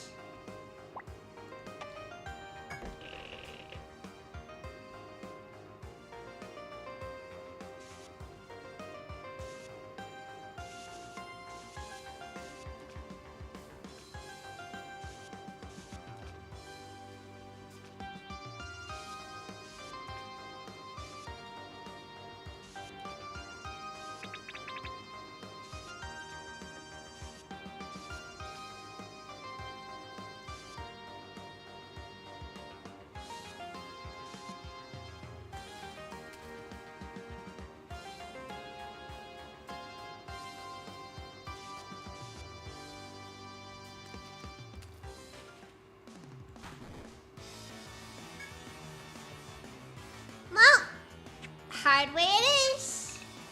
Nah, don't worry. It's not gonna be a hard way out. Just gonna get a province order.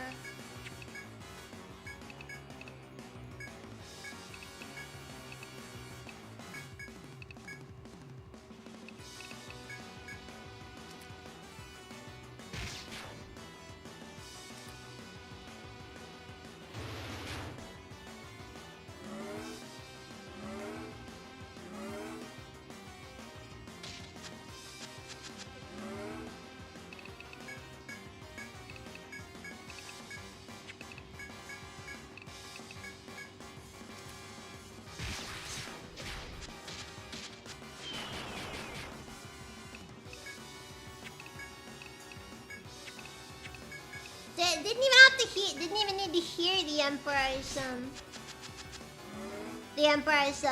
overall tax policy.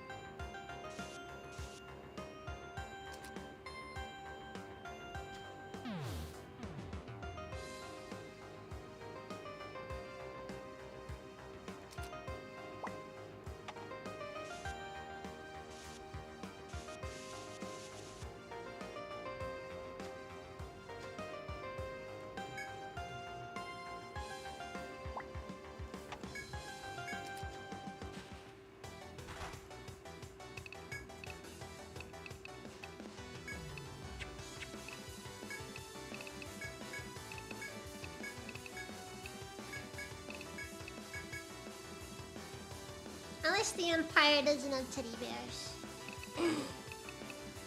I mean, in theory.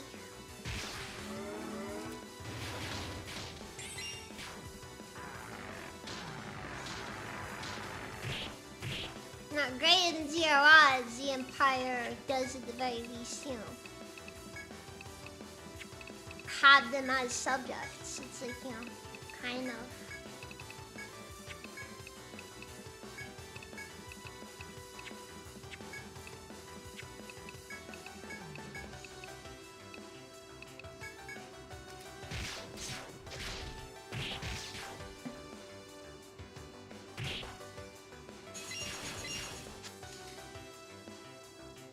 I'm gonna say if you have cool aesthetic, erase the minus. That's fair. That's fair. 100% accurate, actually.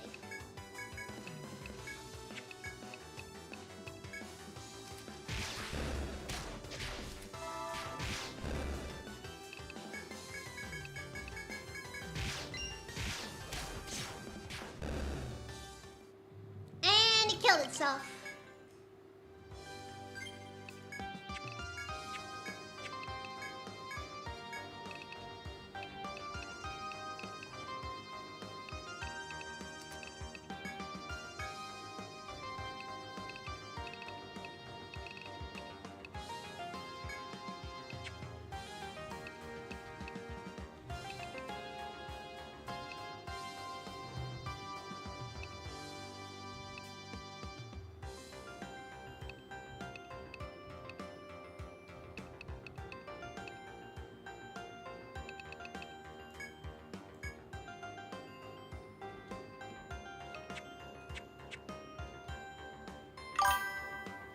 Meteor might be a little bit OP, gonna be honest.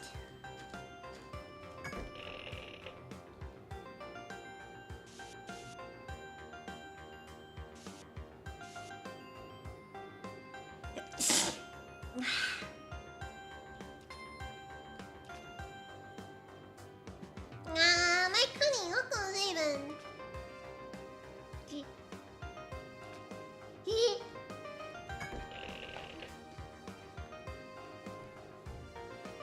They are blind sections in a true not seeing. That is all that needs to be said.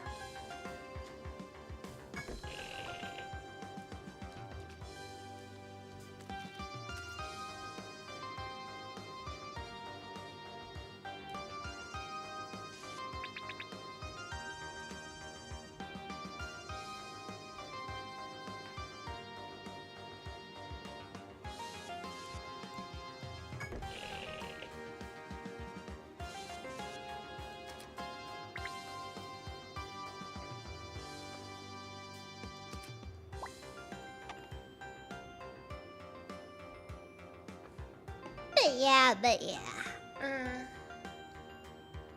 I'll be honest though, I'm less fond of teleporters. Okay. So. We got a classic setup on here.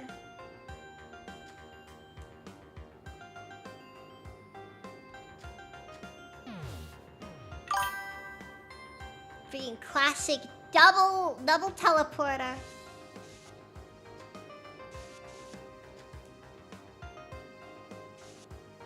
Oh, now I got 3 in here. They are gonna make me run through this section more than once, aren't they?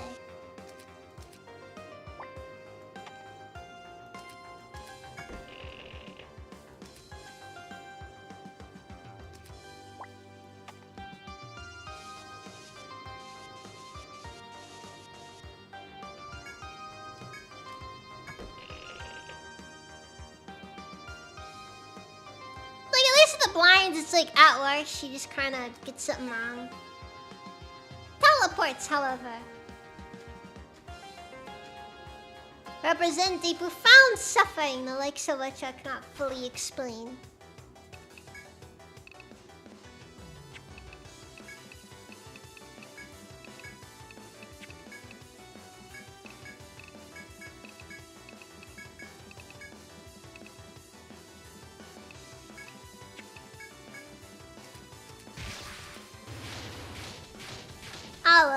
At least if no one else got me, I know the Plague God got me.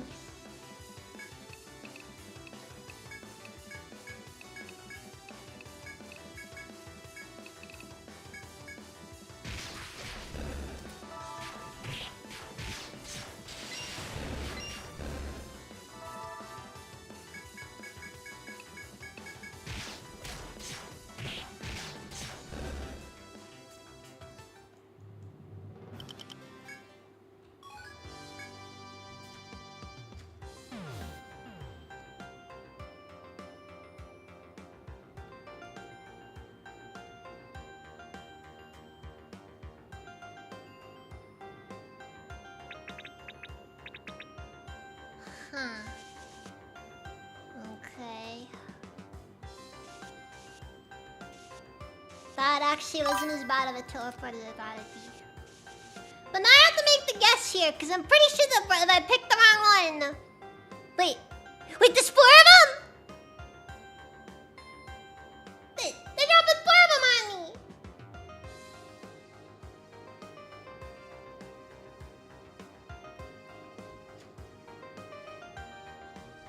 Okay, so I can do either the first one.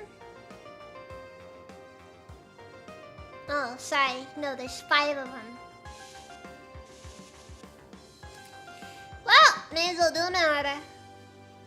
Unless...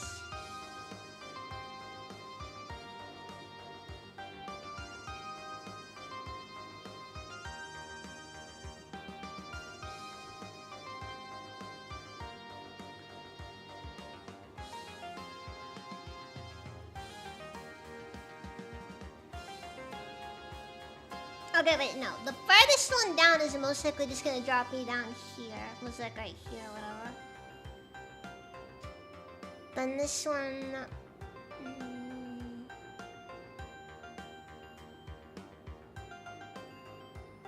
Because normally the further they are, the... Then again...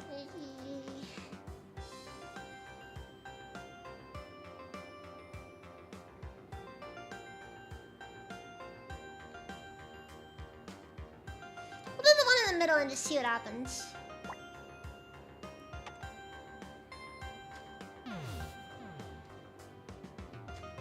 Okay, that was not the correct one.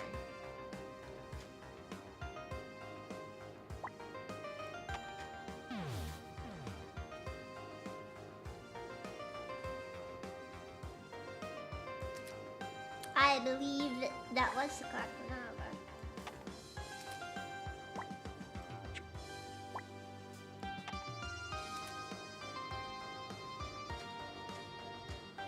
Seeing as it got us a new way forward, I'm gonna assume that was the right one.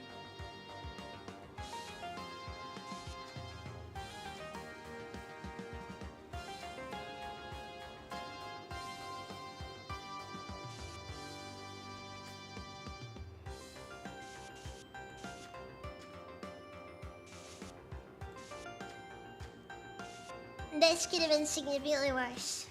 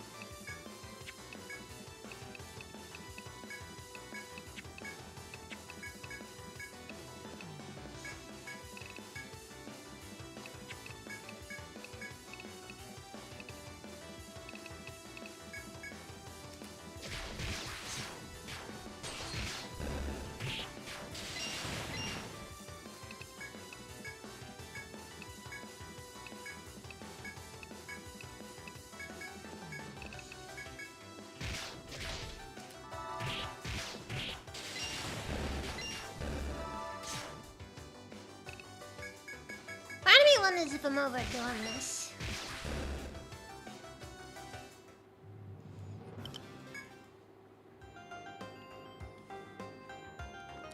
Whatever. Honestly, a Derek Katana is not all that useful of a skill. Not in my opinion, at least.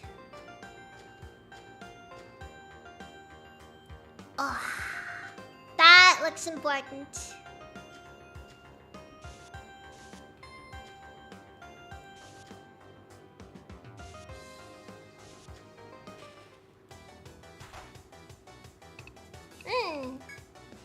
One final challenge before we go getting ourselves killed stupidly.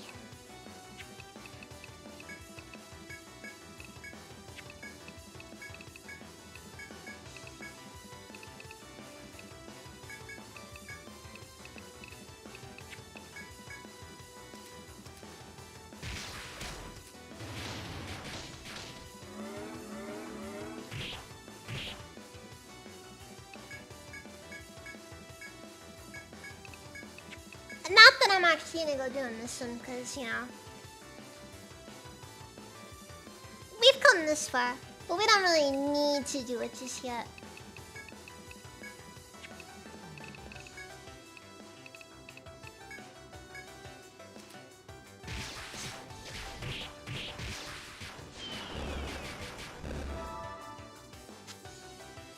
You significantly less damage. I suppose that one's a given, but I guess seeing it there, it definitely does put it into perspective. I like how Meteor is like it's kind of strong without charge, but then when you do use charge, it becomes god tier. Yeah, don't worry, Ciliasto. Once I get to the next game, it'll be back to animations. But the resolution will be significantly lowered because they never remade Etrian Odyssey 4. Or 5, honestly, which is, I had no explanation for. I have only disappointments to express.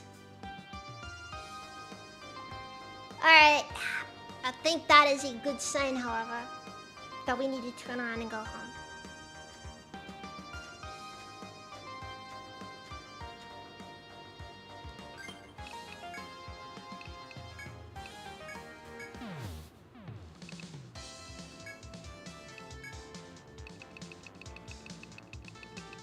I got a lot of cursed wool.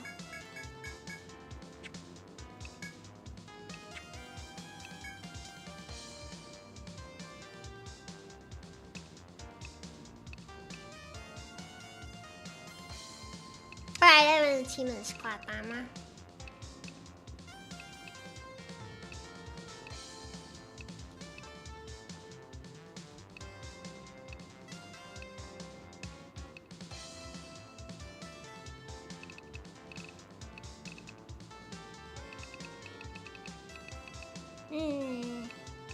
Maybe it is time to upgrade.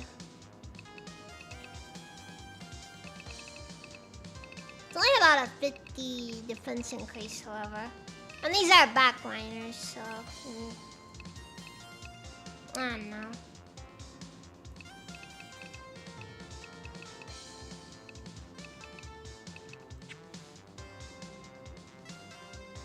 But yeah, I kinda do wish the animations were an option.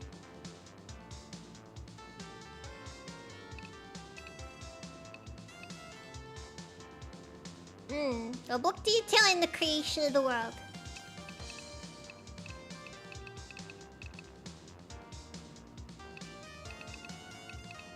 It's just like you read it and it's just a freaking old science textbook.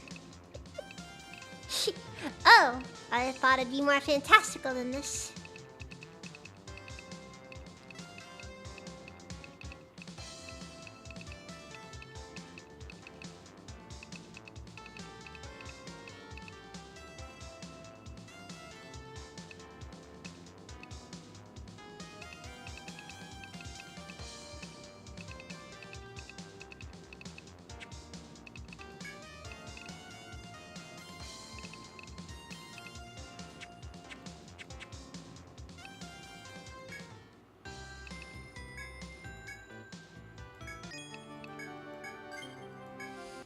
Yes, the one who is honestly kind of been keeping this entire thing running. Is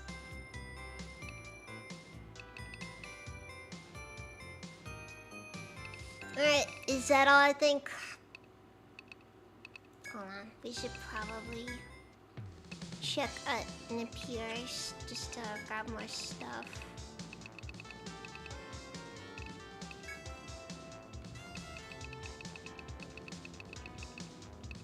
Oh! I'm gonna put a lot in this too. Anyways, I'm gonna be back in just a minute to go use the restroom.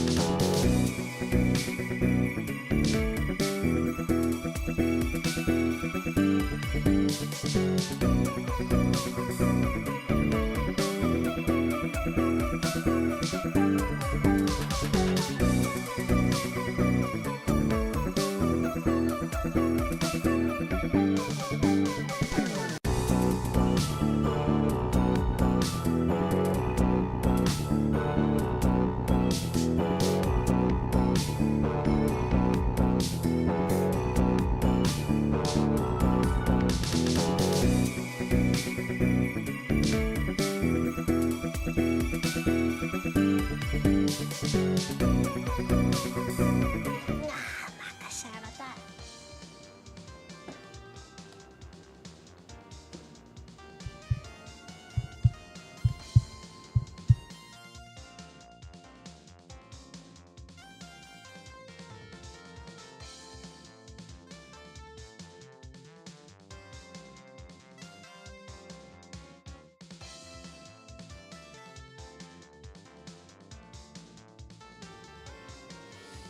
Anyways. Yeah, but yeah. I'm gonna try to finish off at least the main story tonight. So, final boss incoming.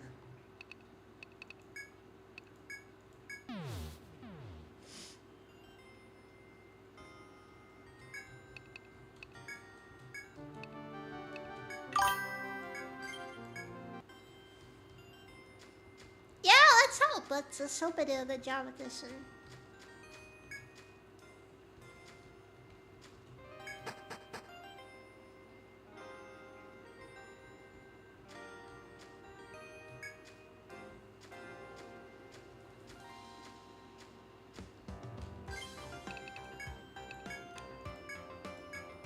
Actually, I'm not bored. Mario use vigilance.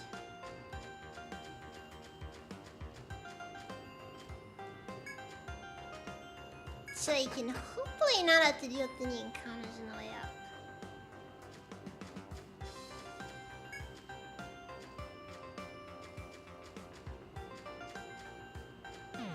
I'm gonna be honest. This one had the weirdest shortcut. It works, but it's still a weird shortcut.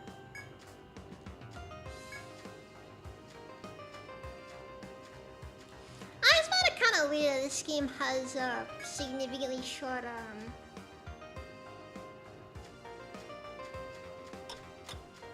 locations to it.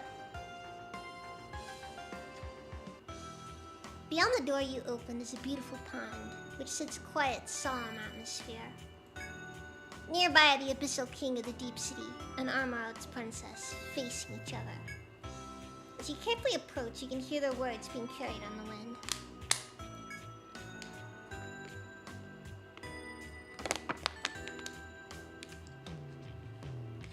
Brother, it is I, Guthrun. Why do you do this to your sister? Oh no. It's an incest moment?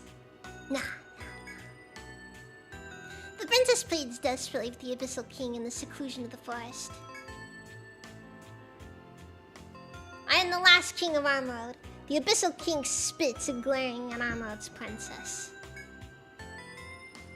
No abomination of the powers of a deep one can dare call itself my sister. You realize the truth of who this king and princess are now. But the Abyssal King has lost his memories, and the princess has lost her humanity. There's only one way you can see to save the pair. You must present the porcelain offering, that legendary light which may yet heal them both. You intercede between the Abyssal King and the princess and represent the eldest one's offering. Is that the porcelain offering? I didn't think the stories of it were true. You nod to the dumbstruck princess and urge her to take it. Porcelain offering? I know not of what that is, but I can assure you it is not necessary. The Abyssal King gives you a fierce look, but a figure beside him accepts the white object. My liege, please take this. The girl mutters sadly and gives the porcelain offer to the befuddled Abyssal King. And so the two siblings slowly raise the porcelain offering to their mouths. still an offering to allow them to regain their human forms and memories. However, much as you wish to do so, you cannot linger to watch over this reunion. You remember the eldest one's words and know that you are called to be elsewhere. The next instant, you realize that you stand before the forest, taken here by a mysterious power. As you try to orient yourself, you suddenly feel a sharp pain on your hand. You examine the back of your hand to find a strange pattern appear as if burned into the skin. The Abyssal Shrine, come to the sealed door of the Deep One. The otherworldly sea's brand I gave you shall lead you deeper within. The voice ends there, and the oppressive feeling it carried with it disappears as well. You feel that you ought to obey the voice, but it may be best to take care of other matters first. Well, I guess that's what this is. Hmm? Or maybe not, I guess.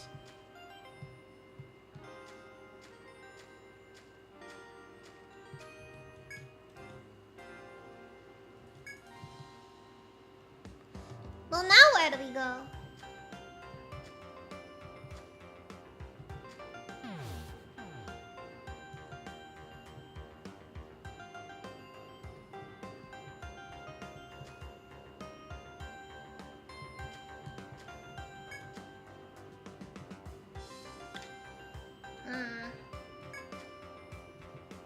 I figured the boss fight was to be there to the, big door. But now I don't know where we're supposed to be going.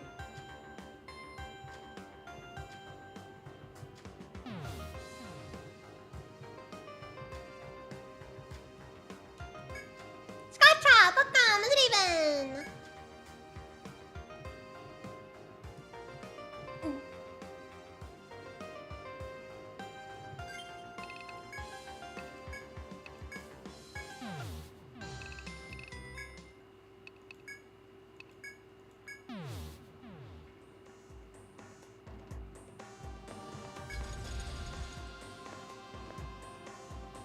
One place you can think of, and I haven't been, that I know for a fact seems to be more locked off than anything else.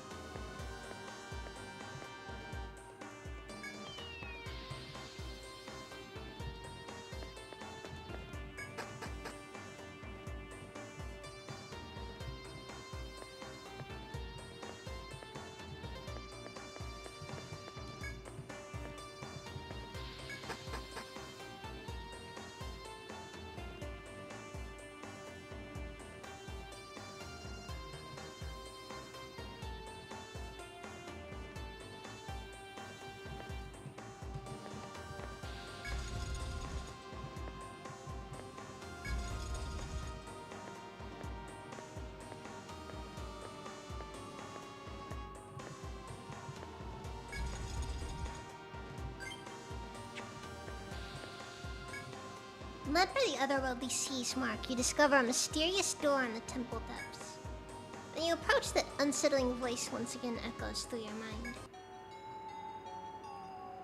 Heed my words. My powers that have been expanded on the princess are restored.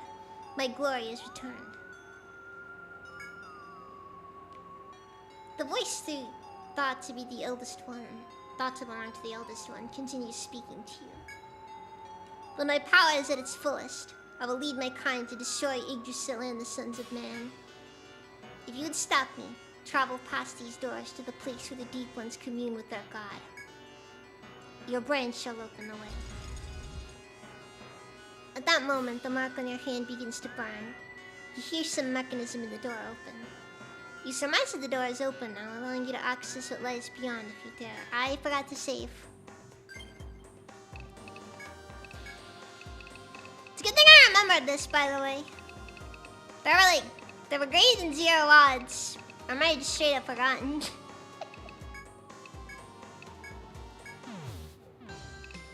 Actually, you know what? I'm gonna just...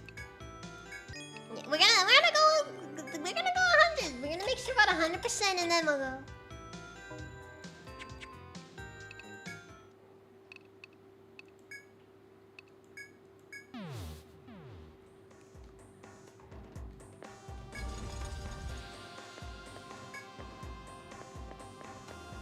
Forgot to save. Classic moment.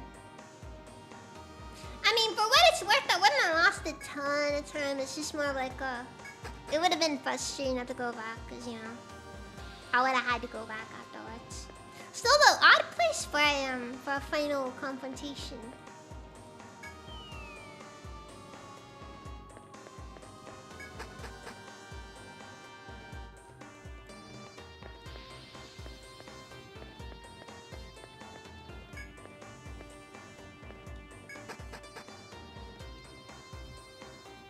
Pulling me back to the previous stratum. No, granted, for what it's worth, the Porcelain Forest isn't even in Yggdrasil, so I guess it makes sense.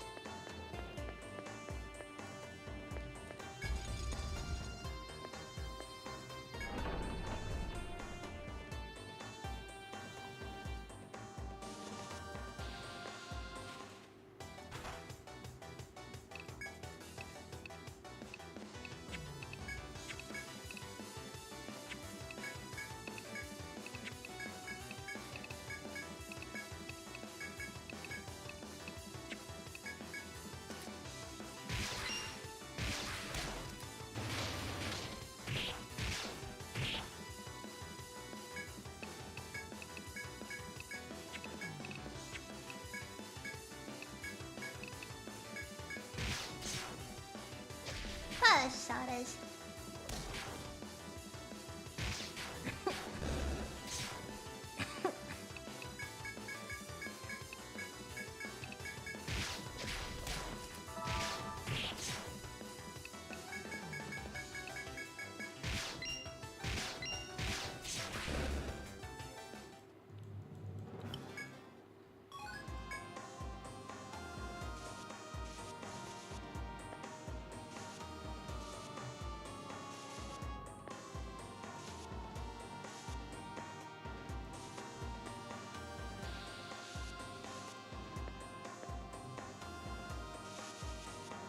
Still looks like you got a bit more to go for.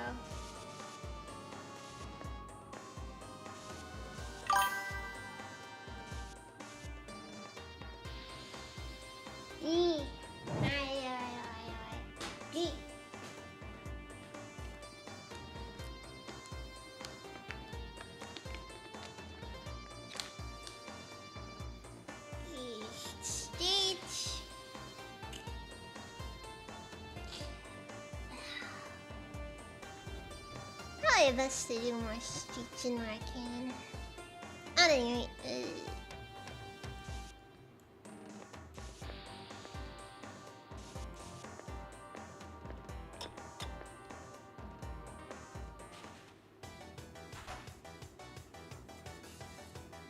they keep multiplying!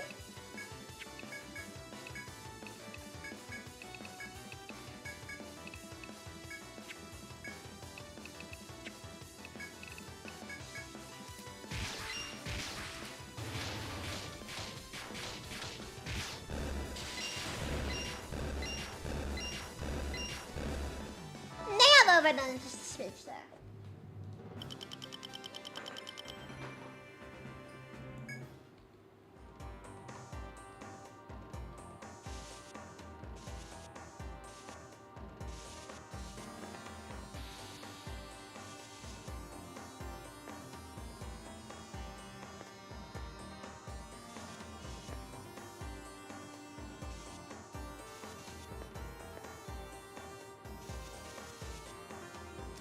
Oh. Looks like it's up then.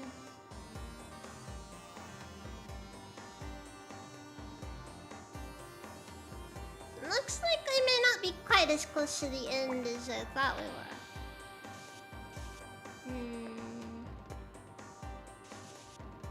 Should I keep going then?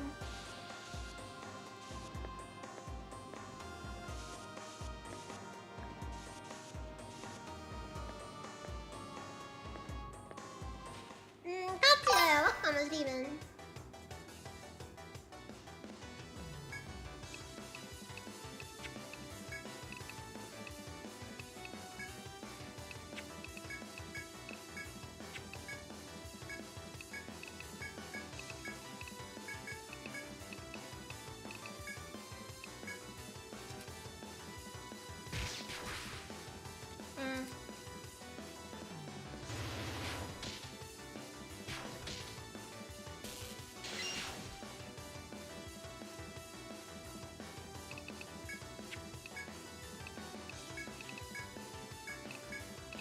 what you mean by that one, Conchito, but thank you.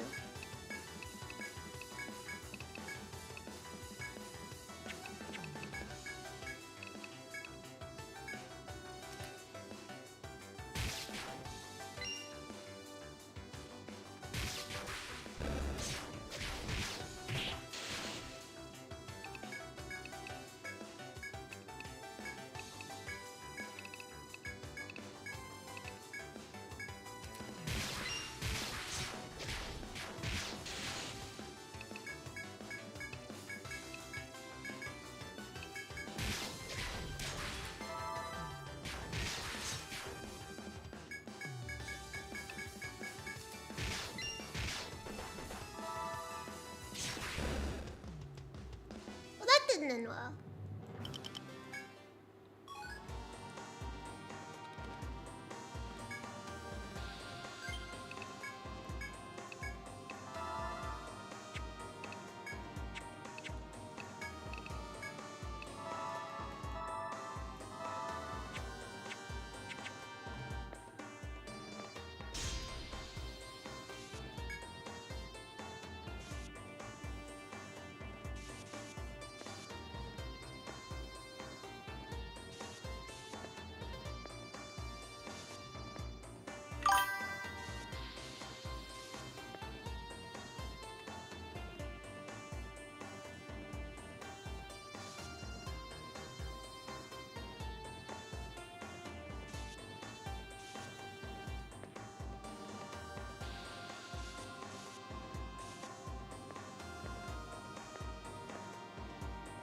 It's like somebody put a literal drill in places not of construction. I'm not even mean by that one, Conceal.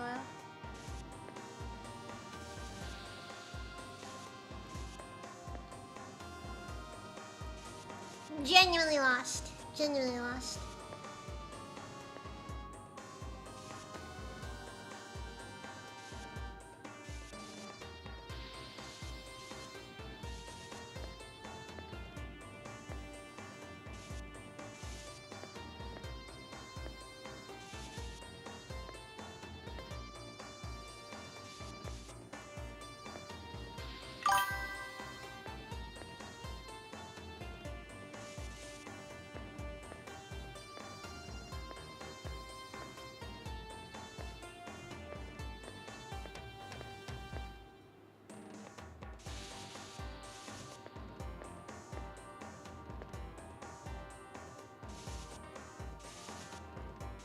No, thank you. I'm trying my best.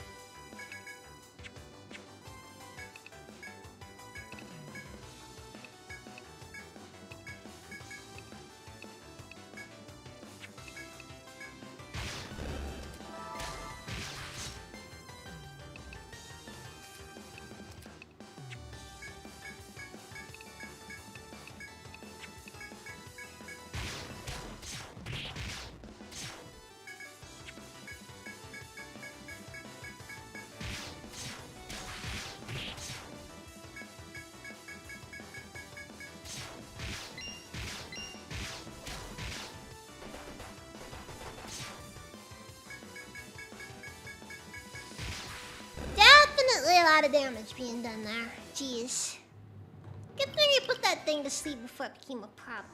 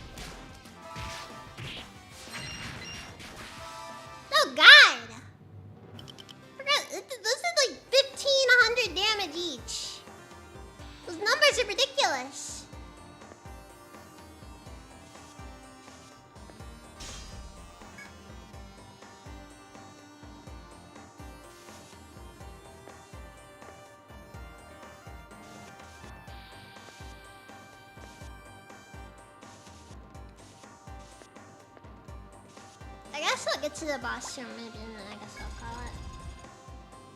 Like right before. Right before.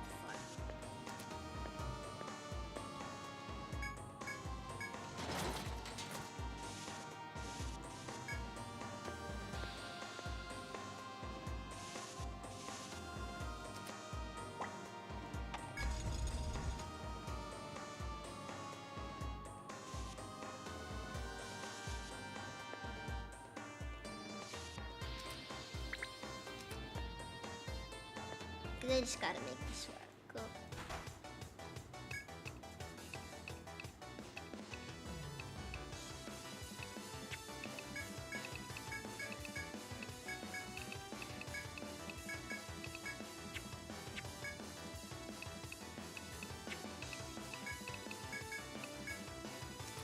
And a thong button.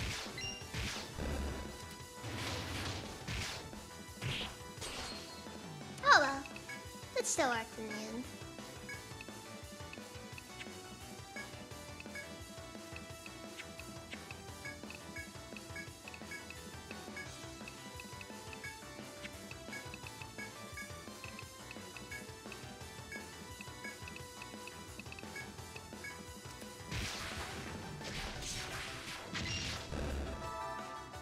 Yeah, not really enough sure I'm gonna go and then things that Farminder the week though. I'm probably just making this stream specifically about a one and done for this week. Maybe I'll do Phoenix Point on Thursday, I don't know. But even then, I probably shouldn't even do that because unless I'm feeling really good. Because, you know.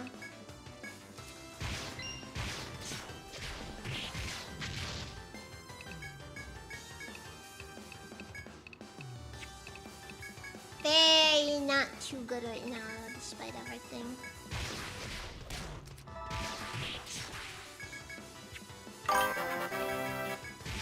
Sweet.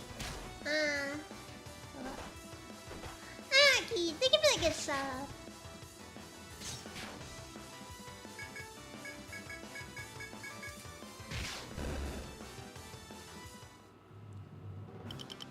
Remember, never set up a counter when you don't have any HP left.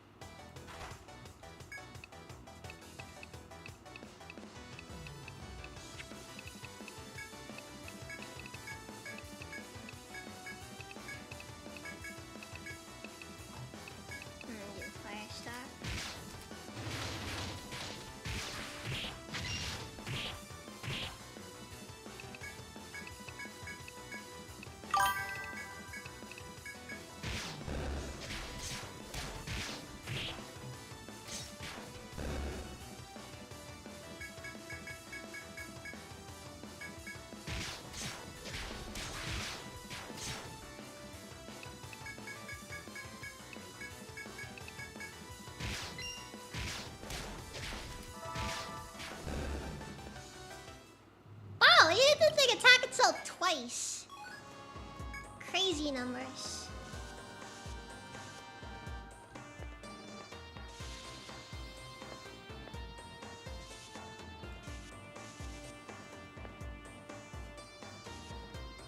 That doesn't happen, you know.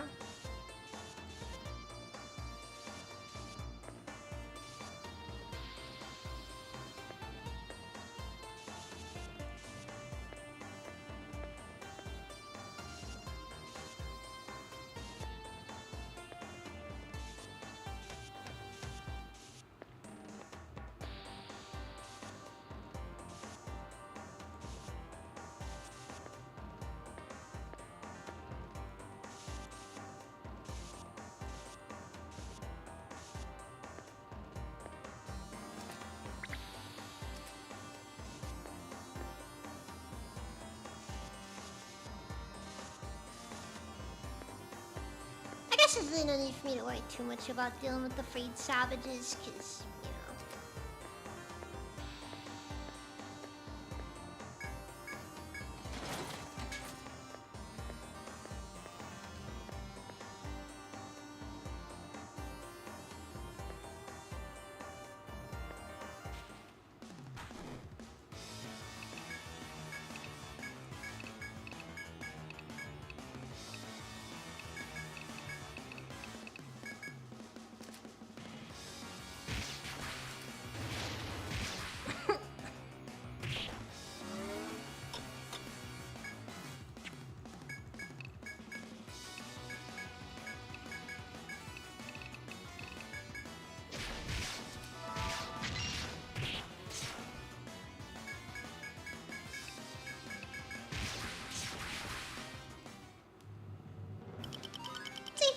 Not much of a threat. Because they're not.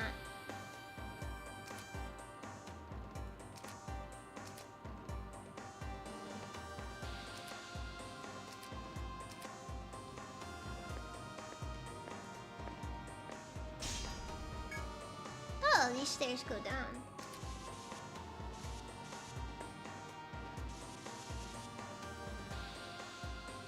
I guess that means that we've got some more stuff to deal with. Alright then. Let's hope for the best.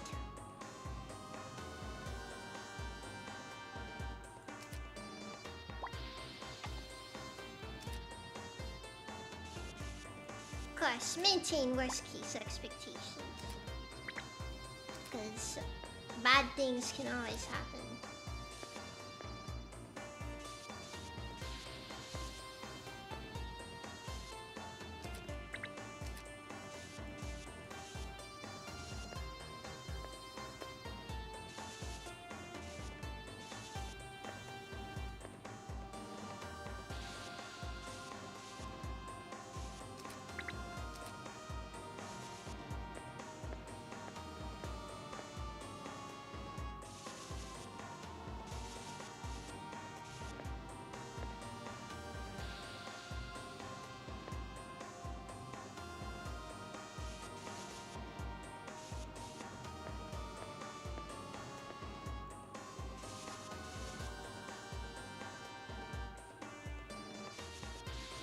Standing before the door, you feel an extremely oppressive sensation of unprecedented intensity.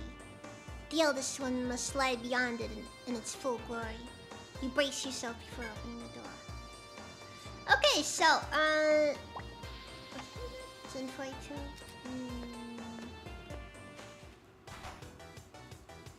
Need to find a way back so that I can at least get some healing on before I do this.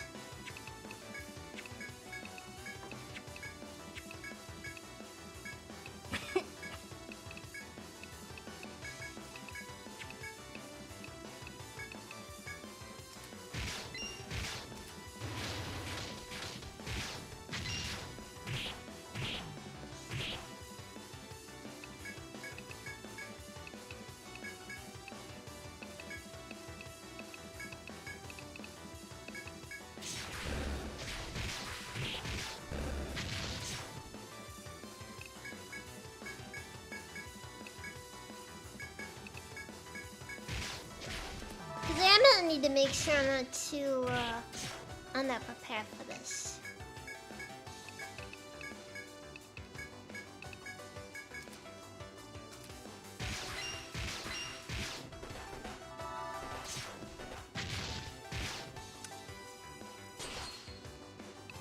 Really, I'm gonna keep doing that, aren't I?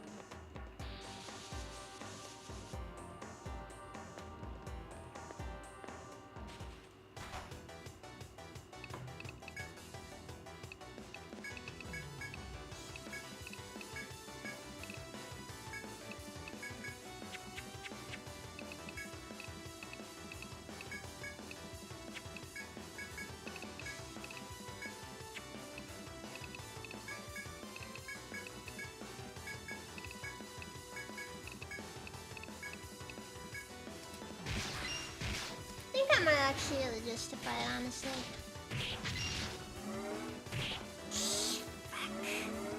Managed to get this element going.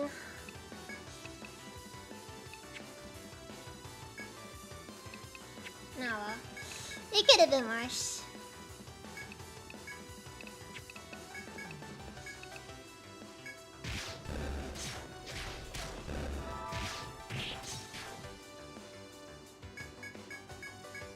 But you see, everything that would have benefited from this element is no longer benefiting from this element. So I guess it technically works. So it doesn't. That's not gonna.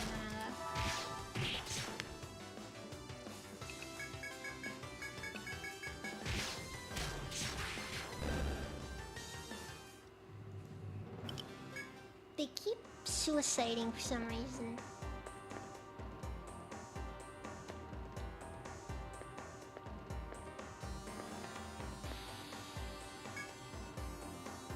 There it is.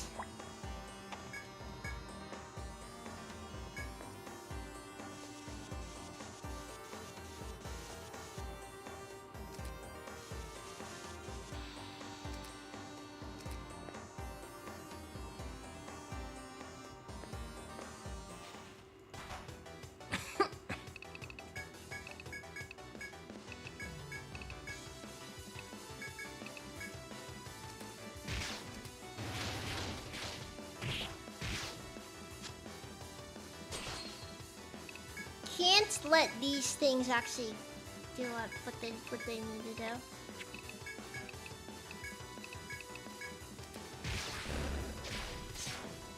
Because when Deep Maidens are allowed to do their thing, they end up making it to where our allies don't feel the effects of elements, and it just causes issues.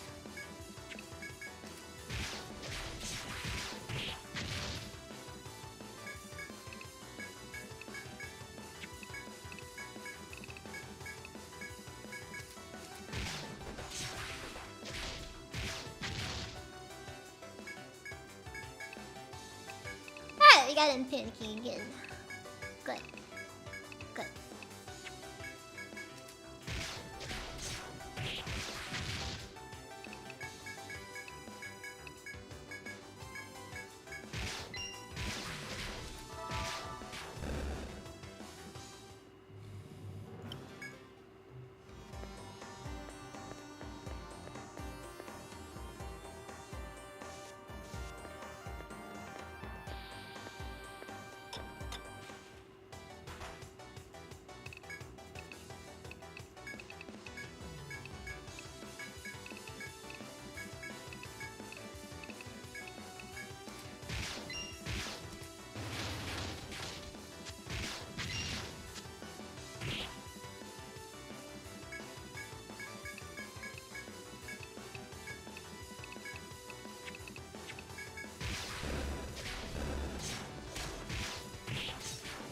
I get to blow off some steam with the face. That Mosin messed up my shoulder. It freaking hurt. It hurt a lot, like seriously. I don't know what I expected, but the Mosin freaking hurt to shoot. I did not have good form. And after a bit, my arms started getting tired, so it was really hard to empty the whole to empty the whole magazine. So.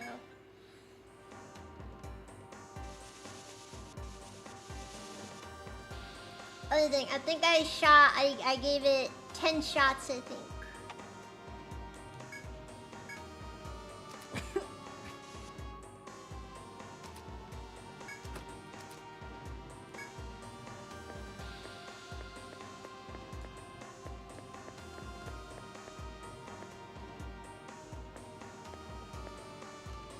Alright then.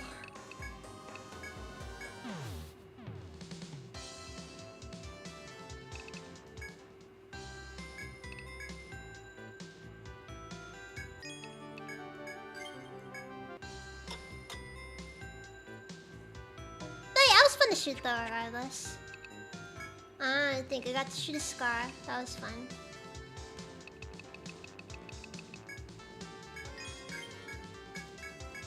That one didn't hurt as much. Definitely did hurt though. Why do they suddenly have the steel shield popping up there with like over? Jeez, like.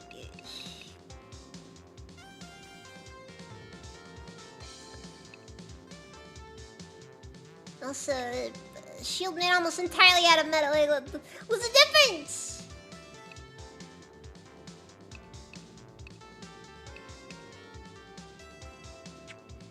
I don't know if it's worth the cost. Ugh. I don't know if it's worth the cost though.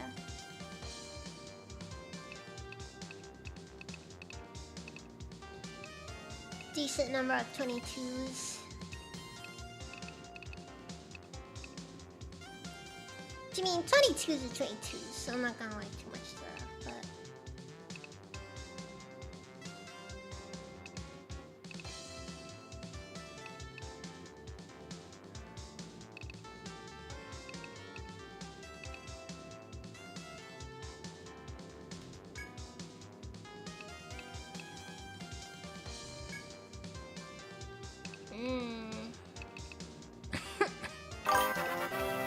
So now I'm gonna between the Hayakaze and the Moon Speeder. Hey! Gamers! Thank you for the raid! Welcome, raiders! Welcome! That was a shame. Alexios! Fall Nighty! Keep it friendly, does you guys even?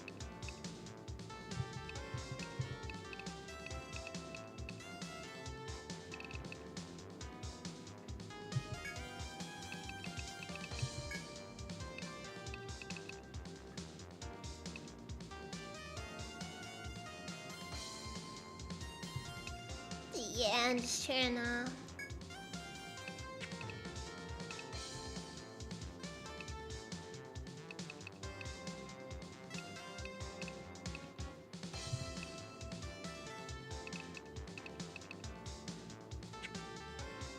Alright, I'm doing it. Buying everything at a discount.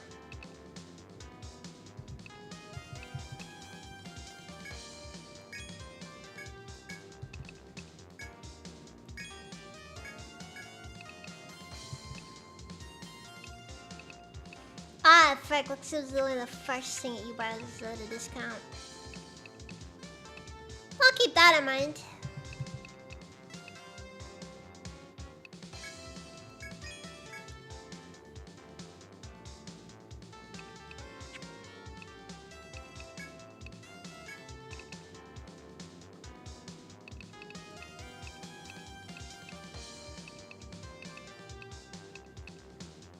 Wait, top of the list, and yet... Oh, because it's new. Anyways.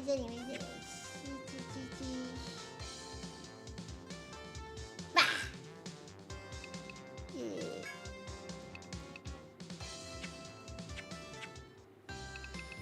Okay, I think it's all out there. Drop a save.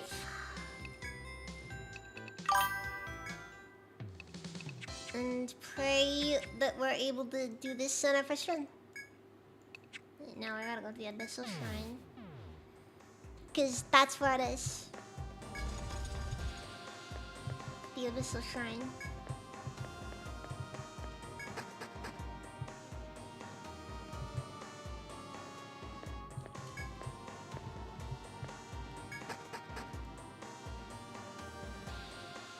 Then we gotta go over here.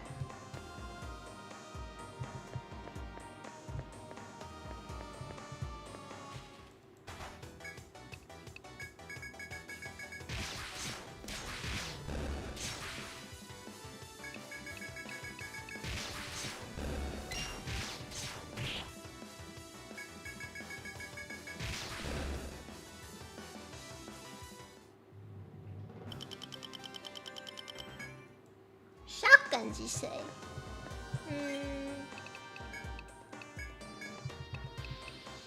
That's definitely an interesting one.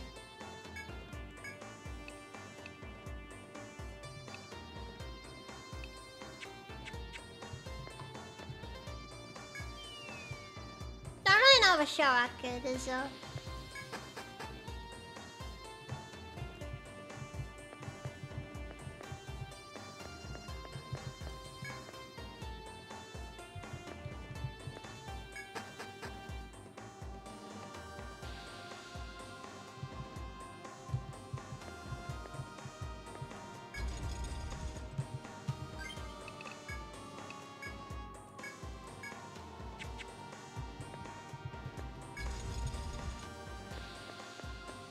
I don't think vigilance is doing so much good here.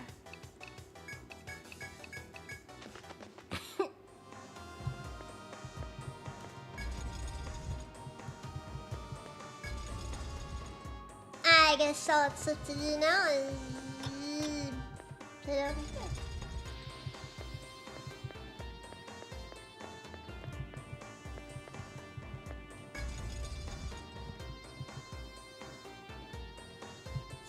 Shotguns, the AoE firearms. Not wrong. Not wrong.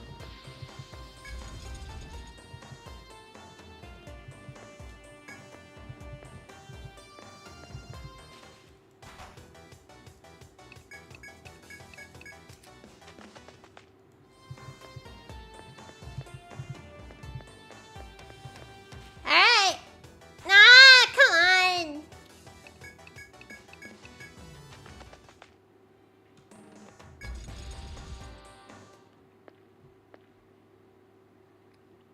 You step cautiously into the room.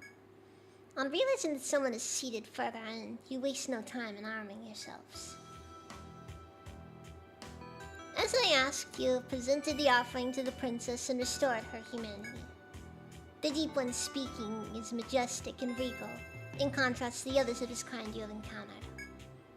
My feelings for the princess were at odds with my plan to rule over Emerald. I wavered. Its voice shakes the air, sounding almost like singing, but bringing a strange anxiety with it. But you resolved that, and so I am again the Almighty Father, Mother of the otherworldly sea. We shall end this now. Rejoice, your long journey filled with hardship is at its end. The eldest one's body begins to expand, quickly assuming the shape of an immense monster. As you came here, resolved to do battle, you are not frightened. You assume your battle stances. With an indescribable roar from the eldest one, the battle between men and the Deep Ones is joined.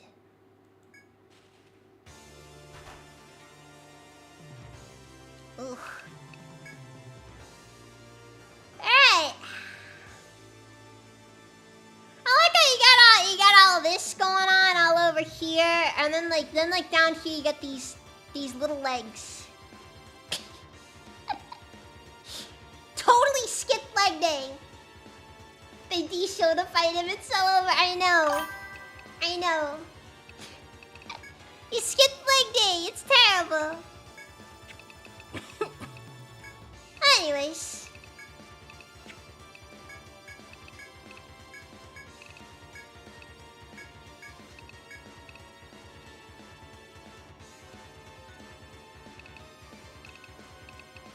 So now I gotta first figure out what he's weak to.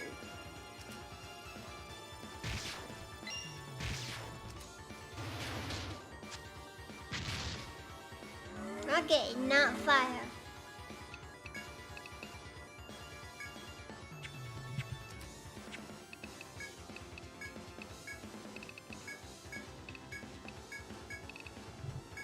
Anybody got him panicked.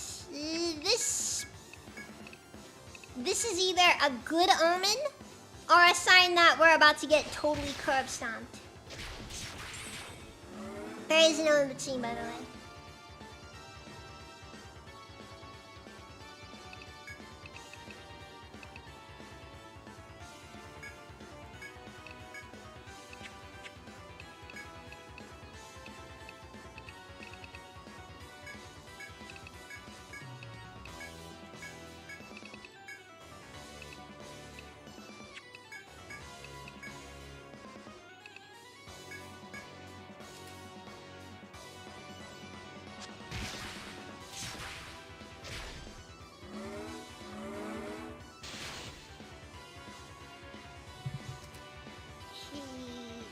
Yeah, let's shoot fire.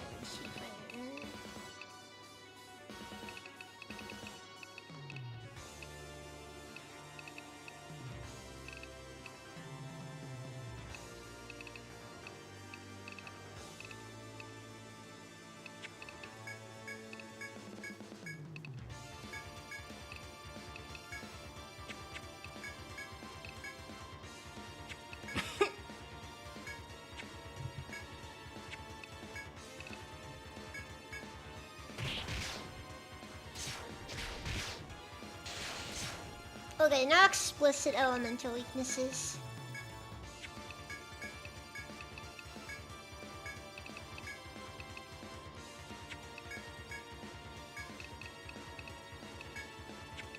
Alright, is no longer weak to is no longer and he's confused again.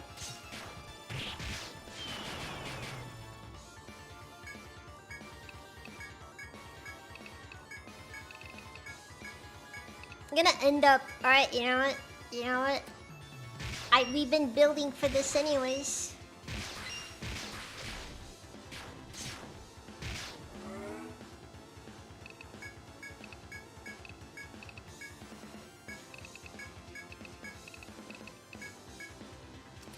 We've been building for this anyways. Let's just do it. Let's just do it.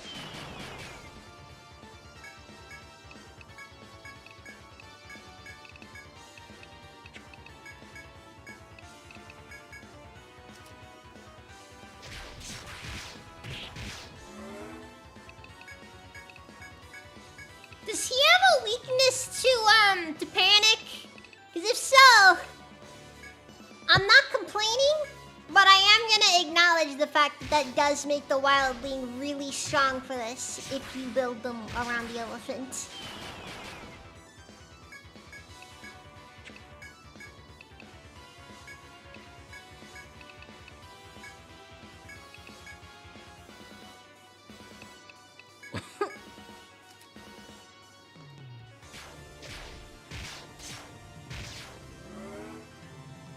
So I might be overdoing it just a smidge regarding... Oh, fuck. I have not been keeping up on buffs.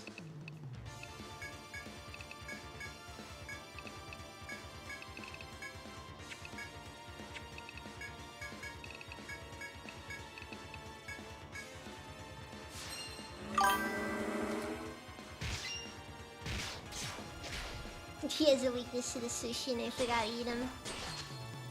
Wah! Hey, that hit pretty hard.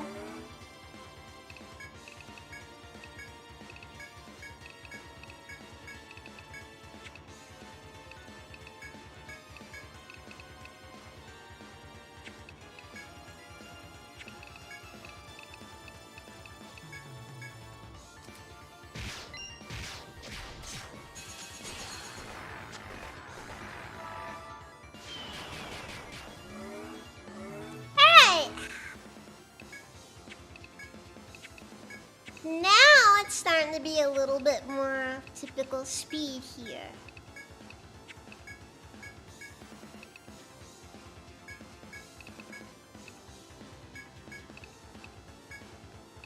However, we are at a pretty decent material advantage.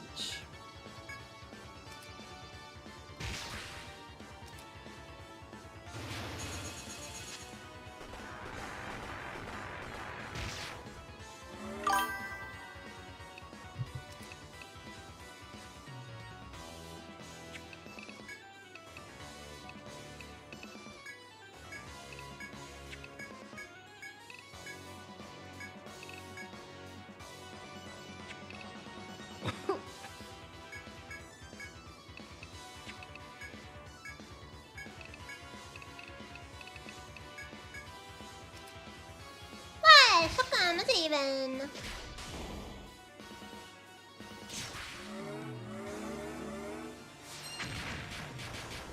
Come on, play God. You need to pull through for us.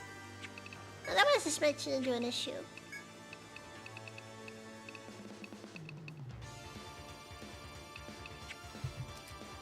Okay, Gear Protector on front line.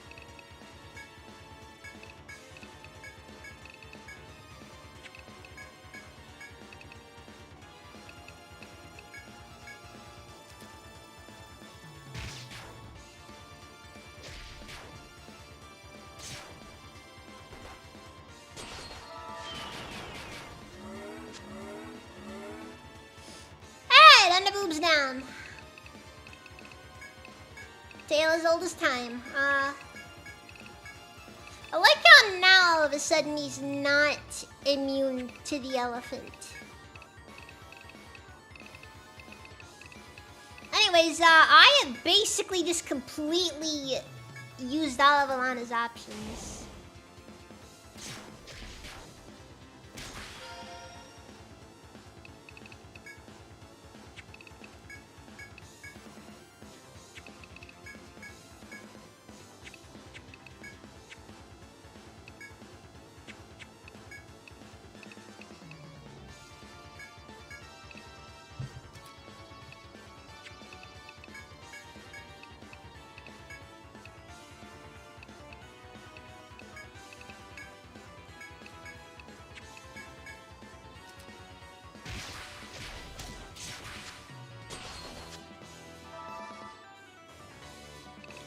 We're down one. We're down one that I don't really want to be down. Okay.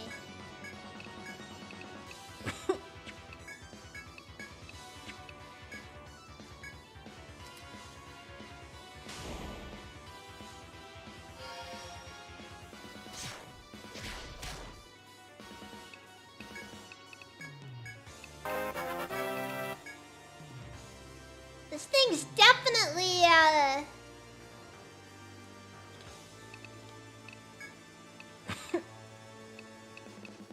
They have autopiloted through this a bit too much.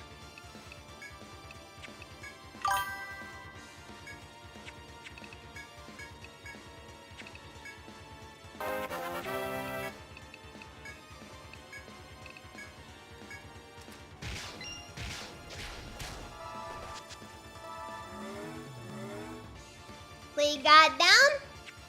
That could have been significantly worse. I'll accept this outcome. What do you have to do? Protector. Protector on the back line as well. However, you misunderstood one thing here.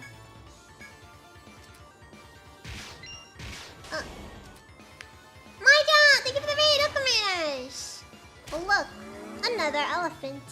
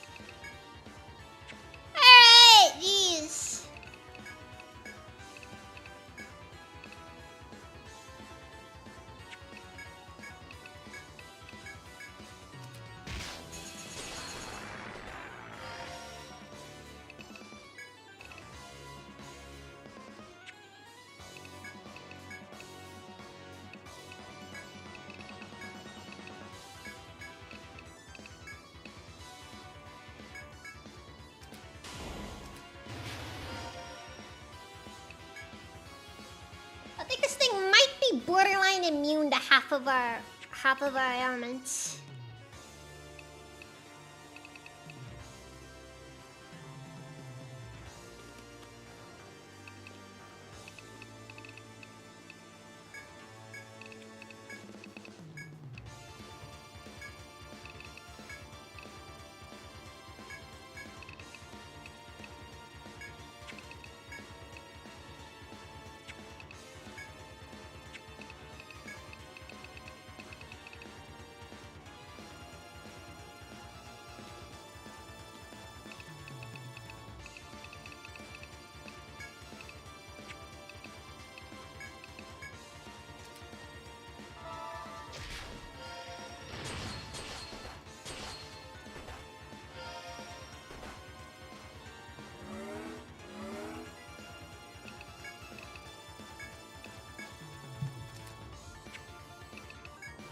Honestly, that was kind of more of a net positive than you would have thought it was.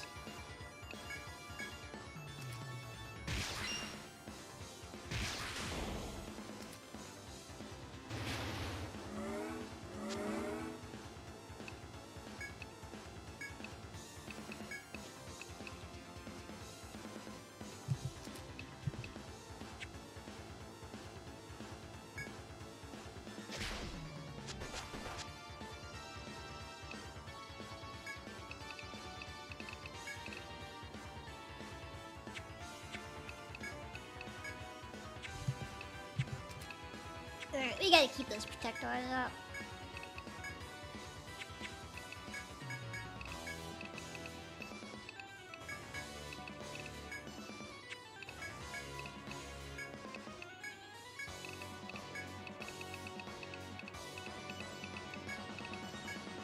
Good thing I bought a load of Nectar 2s before I started this.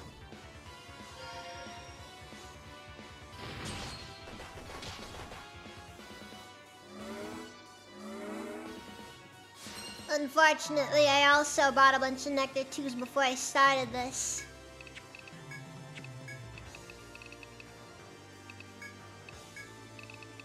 Which also means that I had a bunch of resources that I'm gonna be struggling to actually make decent use of because I'm basically burning them every single turn because it keeps one-shotting our people when they go down.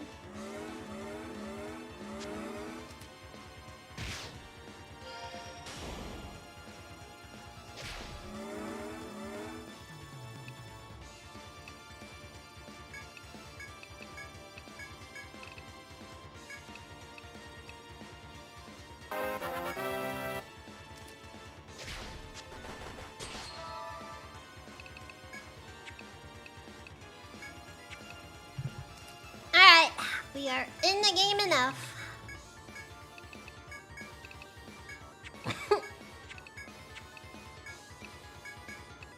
Also, this is our last elephant, so we gotta make him count.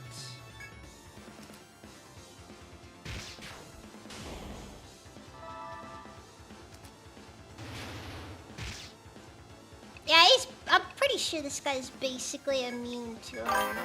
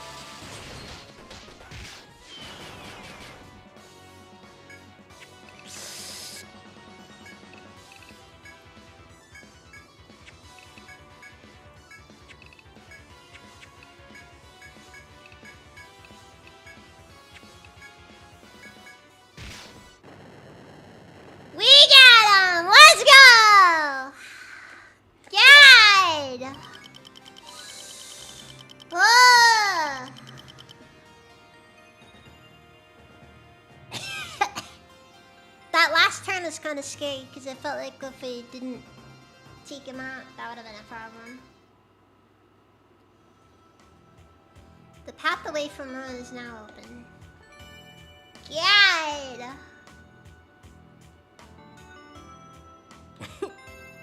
The dreadful eldest one, long a pawn of the evil, slowly collapses. Listen, children of man. Heed the last words of the deep ones. In a stratum below the deep city, our god slumbers in the depths. The eldest one crossed heaven's been. But that god faced unexpected opposition, the entity known as Yggdrasil.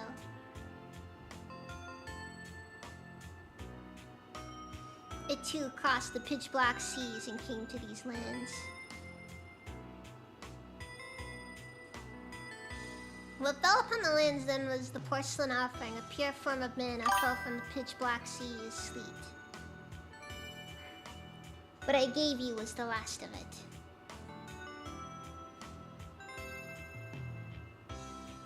The dew and the crown I once had that made that the intangible solid. The porcelain offering is restored.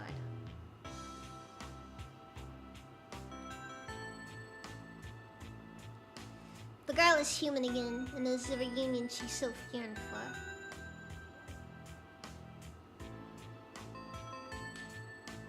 But that the eldest one returned to the darkness, a hint of satisfaction in his voice. As the king fades into the deep blue sea, it speaks once more. We walk a path washed in blood.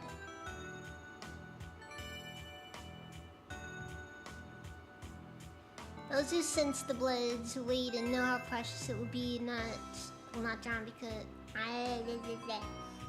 I'm bad at reading. Didn't all strafe to go to the deepest abyss in the darkest land and venture. God will judge you. I don't know. Either way, that. Let's see, the misunderstanding between the princess and the king. Thank you. The Abyssal King has regained his memories. It is a joyous occasion, and now I will be left alone. We may be living witnesses to the birth of a legend. Congratulations, explorers. Okay. I haven't had the details, but you got the job done, right? Gotta hand it to you. Nice going. The princess and his majesty said they'll be living together far from here. I'm sure they'll be happy. I'm glad the Abyssal King's story gets a happy ending, but not if he won't be here anymore. Farewell, Ocean City of Armroud, homeland of my brother and I. We must take our departure. We are no longer ordinary humans and will spend our days elsewhere. The rest is yours, Nomad. Okay. I would. I know for a fact it's gonna end up coming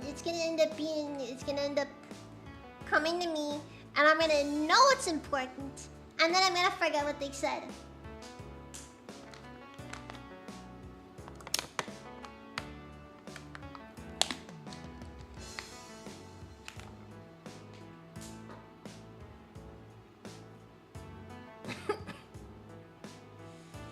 Anyways. This is not the end of Etrian Odyssey 3, however. This is not how Etrian Odyssey games go.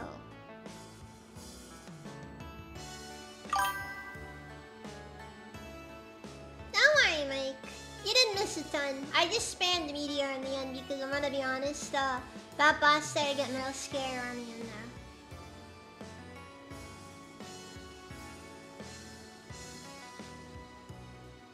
Charge Meteor spam is stupid. Even a hydrate, by the way, sometimes.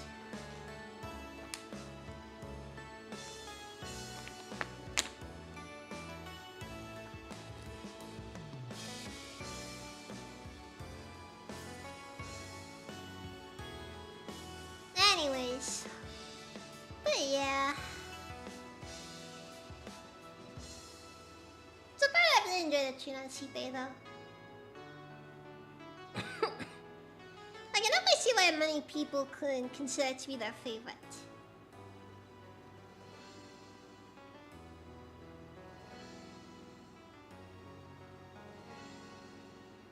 This one definitely has a lot of really fun classes in it.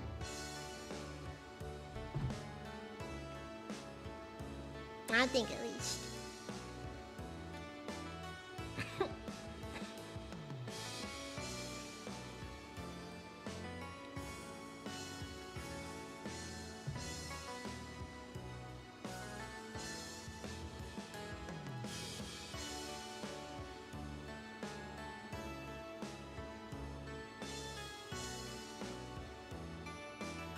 I really hope I didn't end up completely destroying my thought again.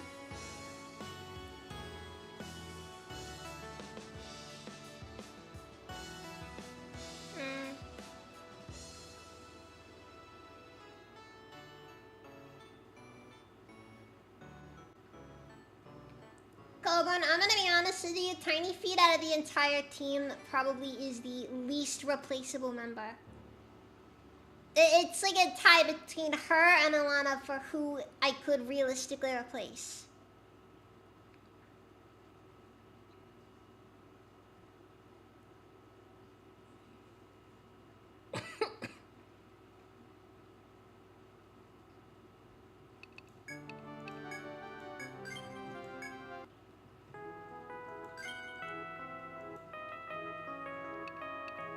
Oh yeah, I forgot New Game Plus is a thing.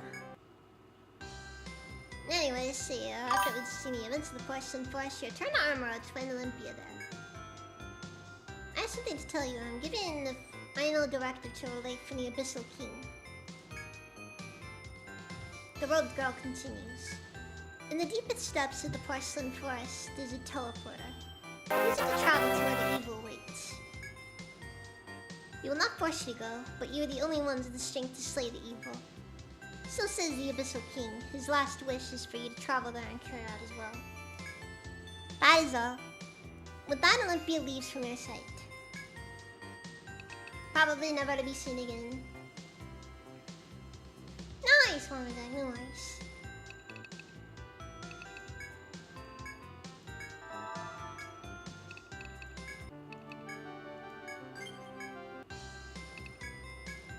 Actually, wait, yeah, we should definitely heal up there. Alright then.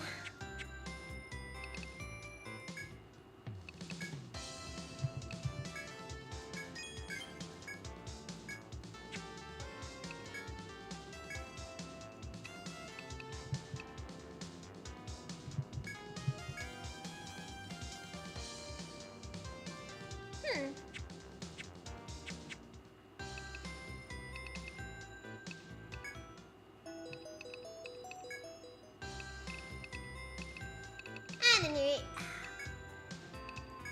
I think that's a good place to call it then. So, who do I raid today?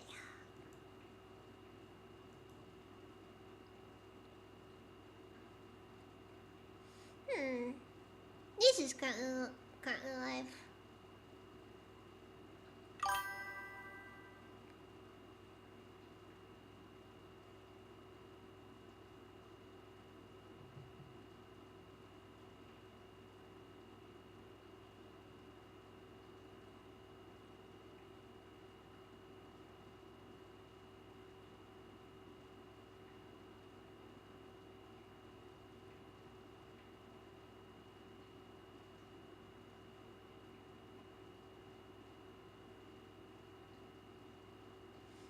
Yeah, I haven't gone and raid into Mizu.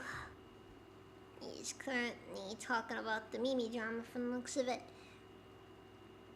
Yeah, I think I heard something about she might have, apparently she might have ended up actually lying about some of the artwork she got in trouble over.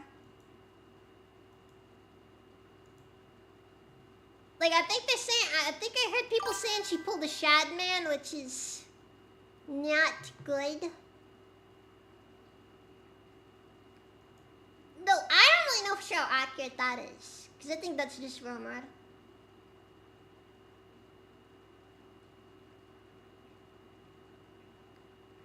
There's been a lot of developments and redactions of that. That's fair.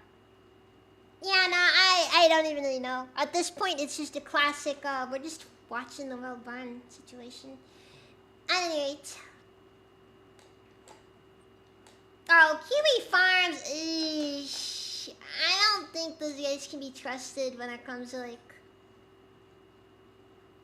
If Kiwi Farms is the one saying it, it's really hard to sit down and be like, oh, 100% believable, because these guys are really zealous. Anyways. Alright, so I'll catch you later. Anyways.